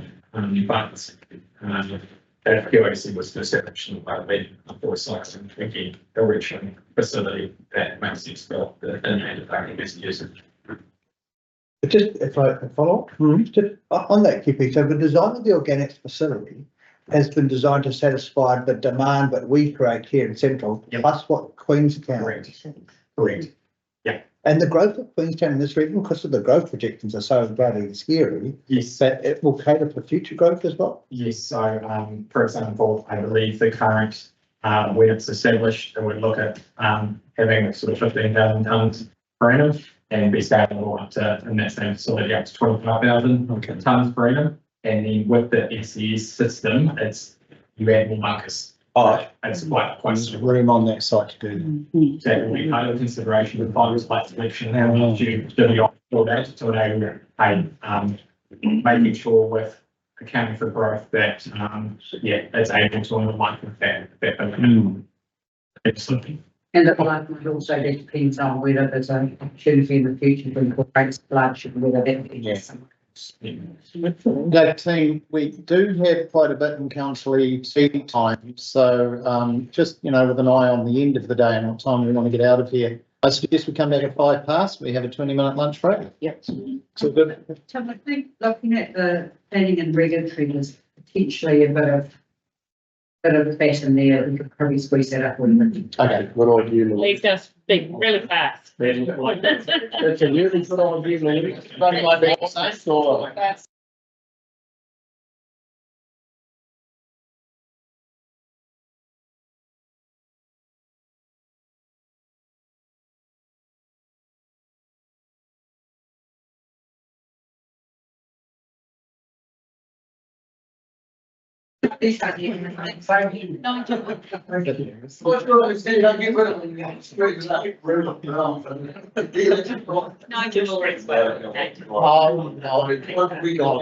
Just a real warm. Yeah, well, I was sitting up there and I had boyfriends next to me and this is on his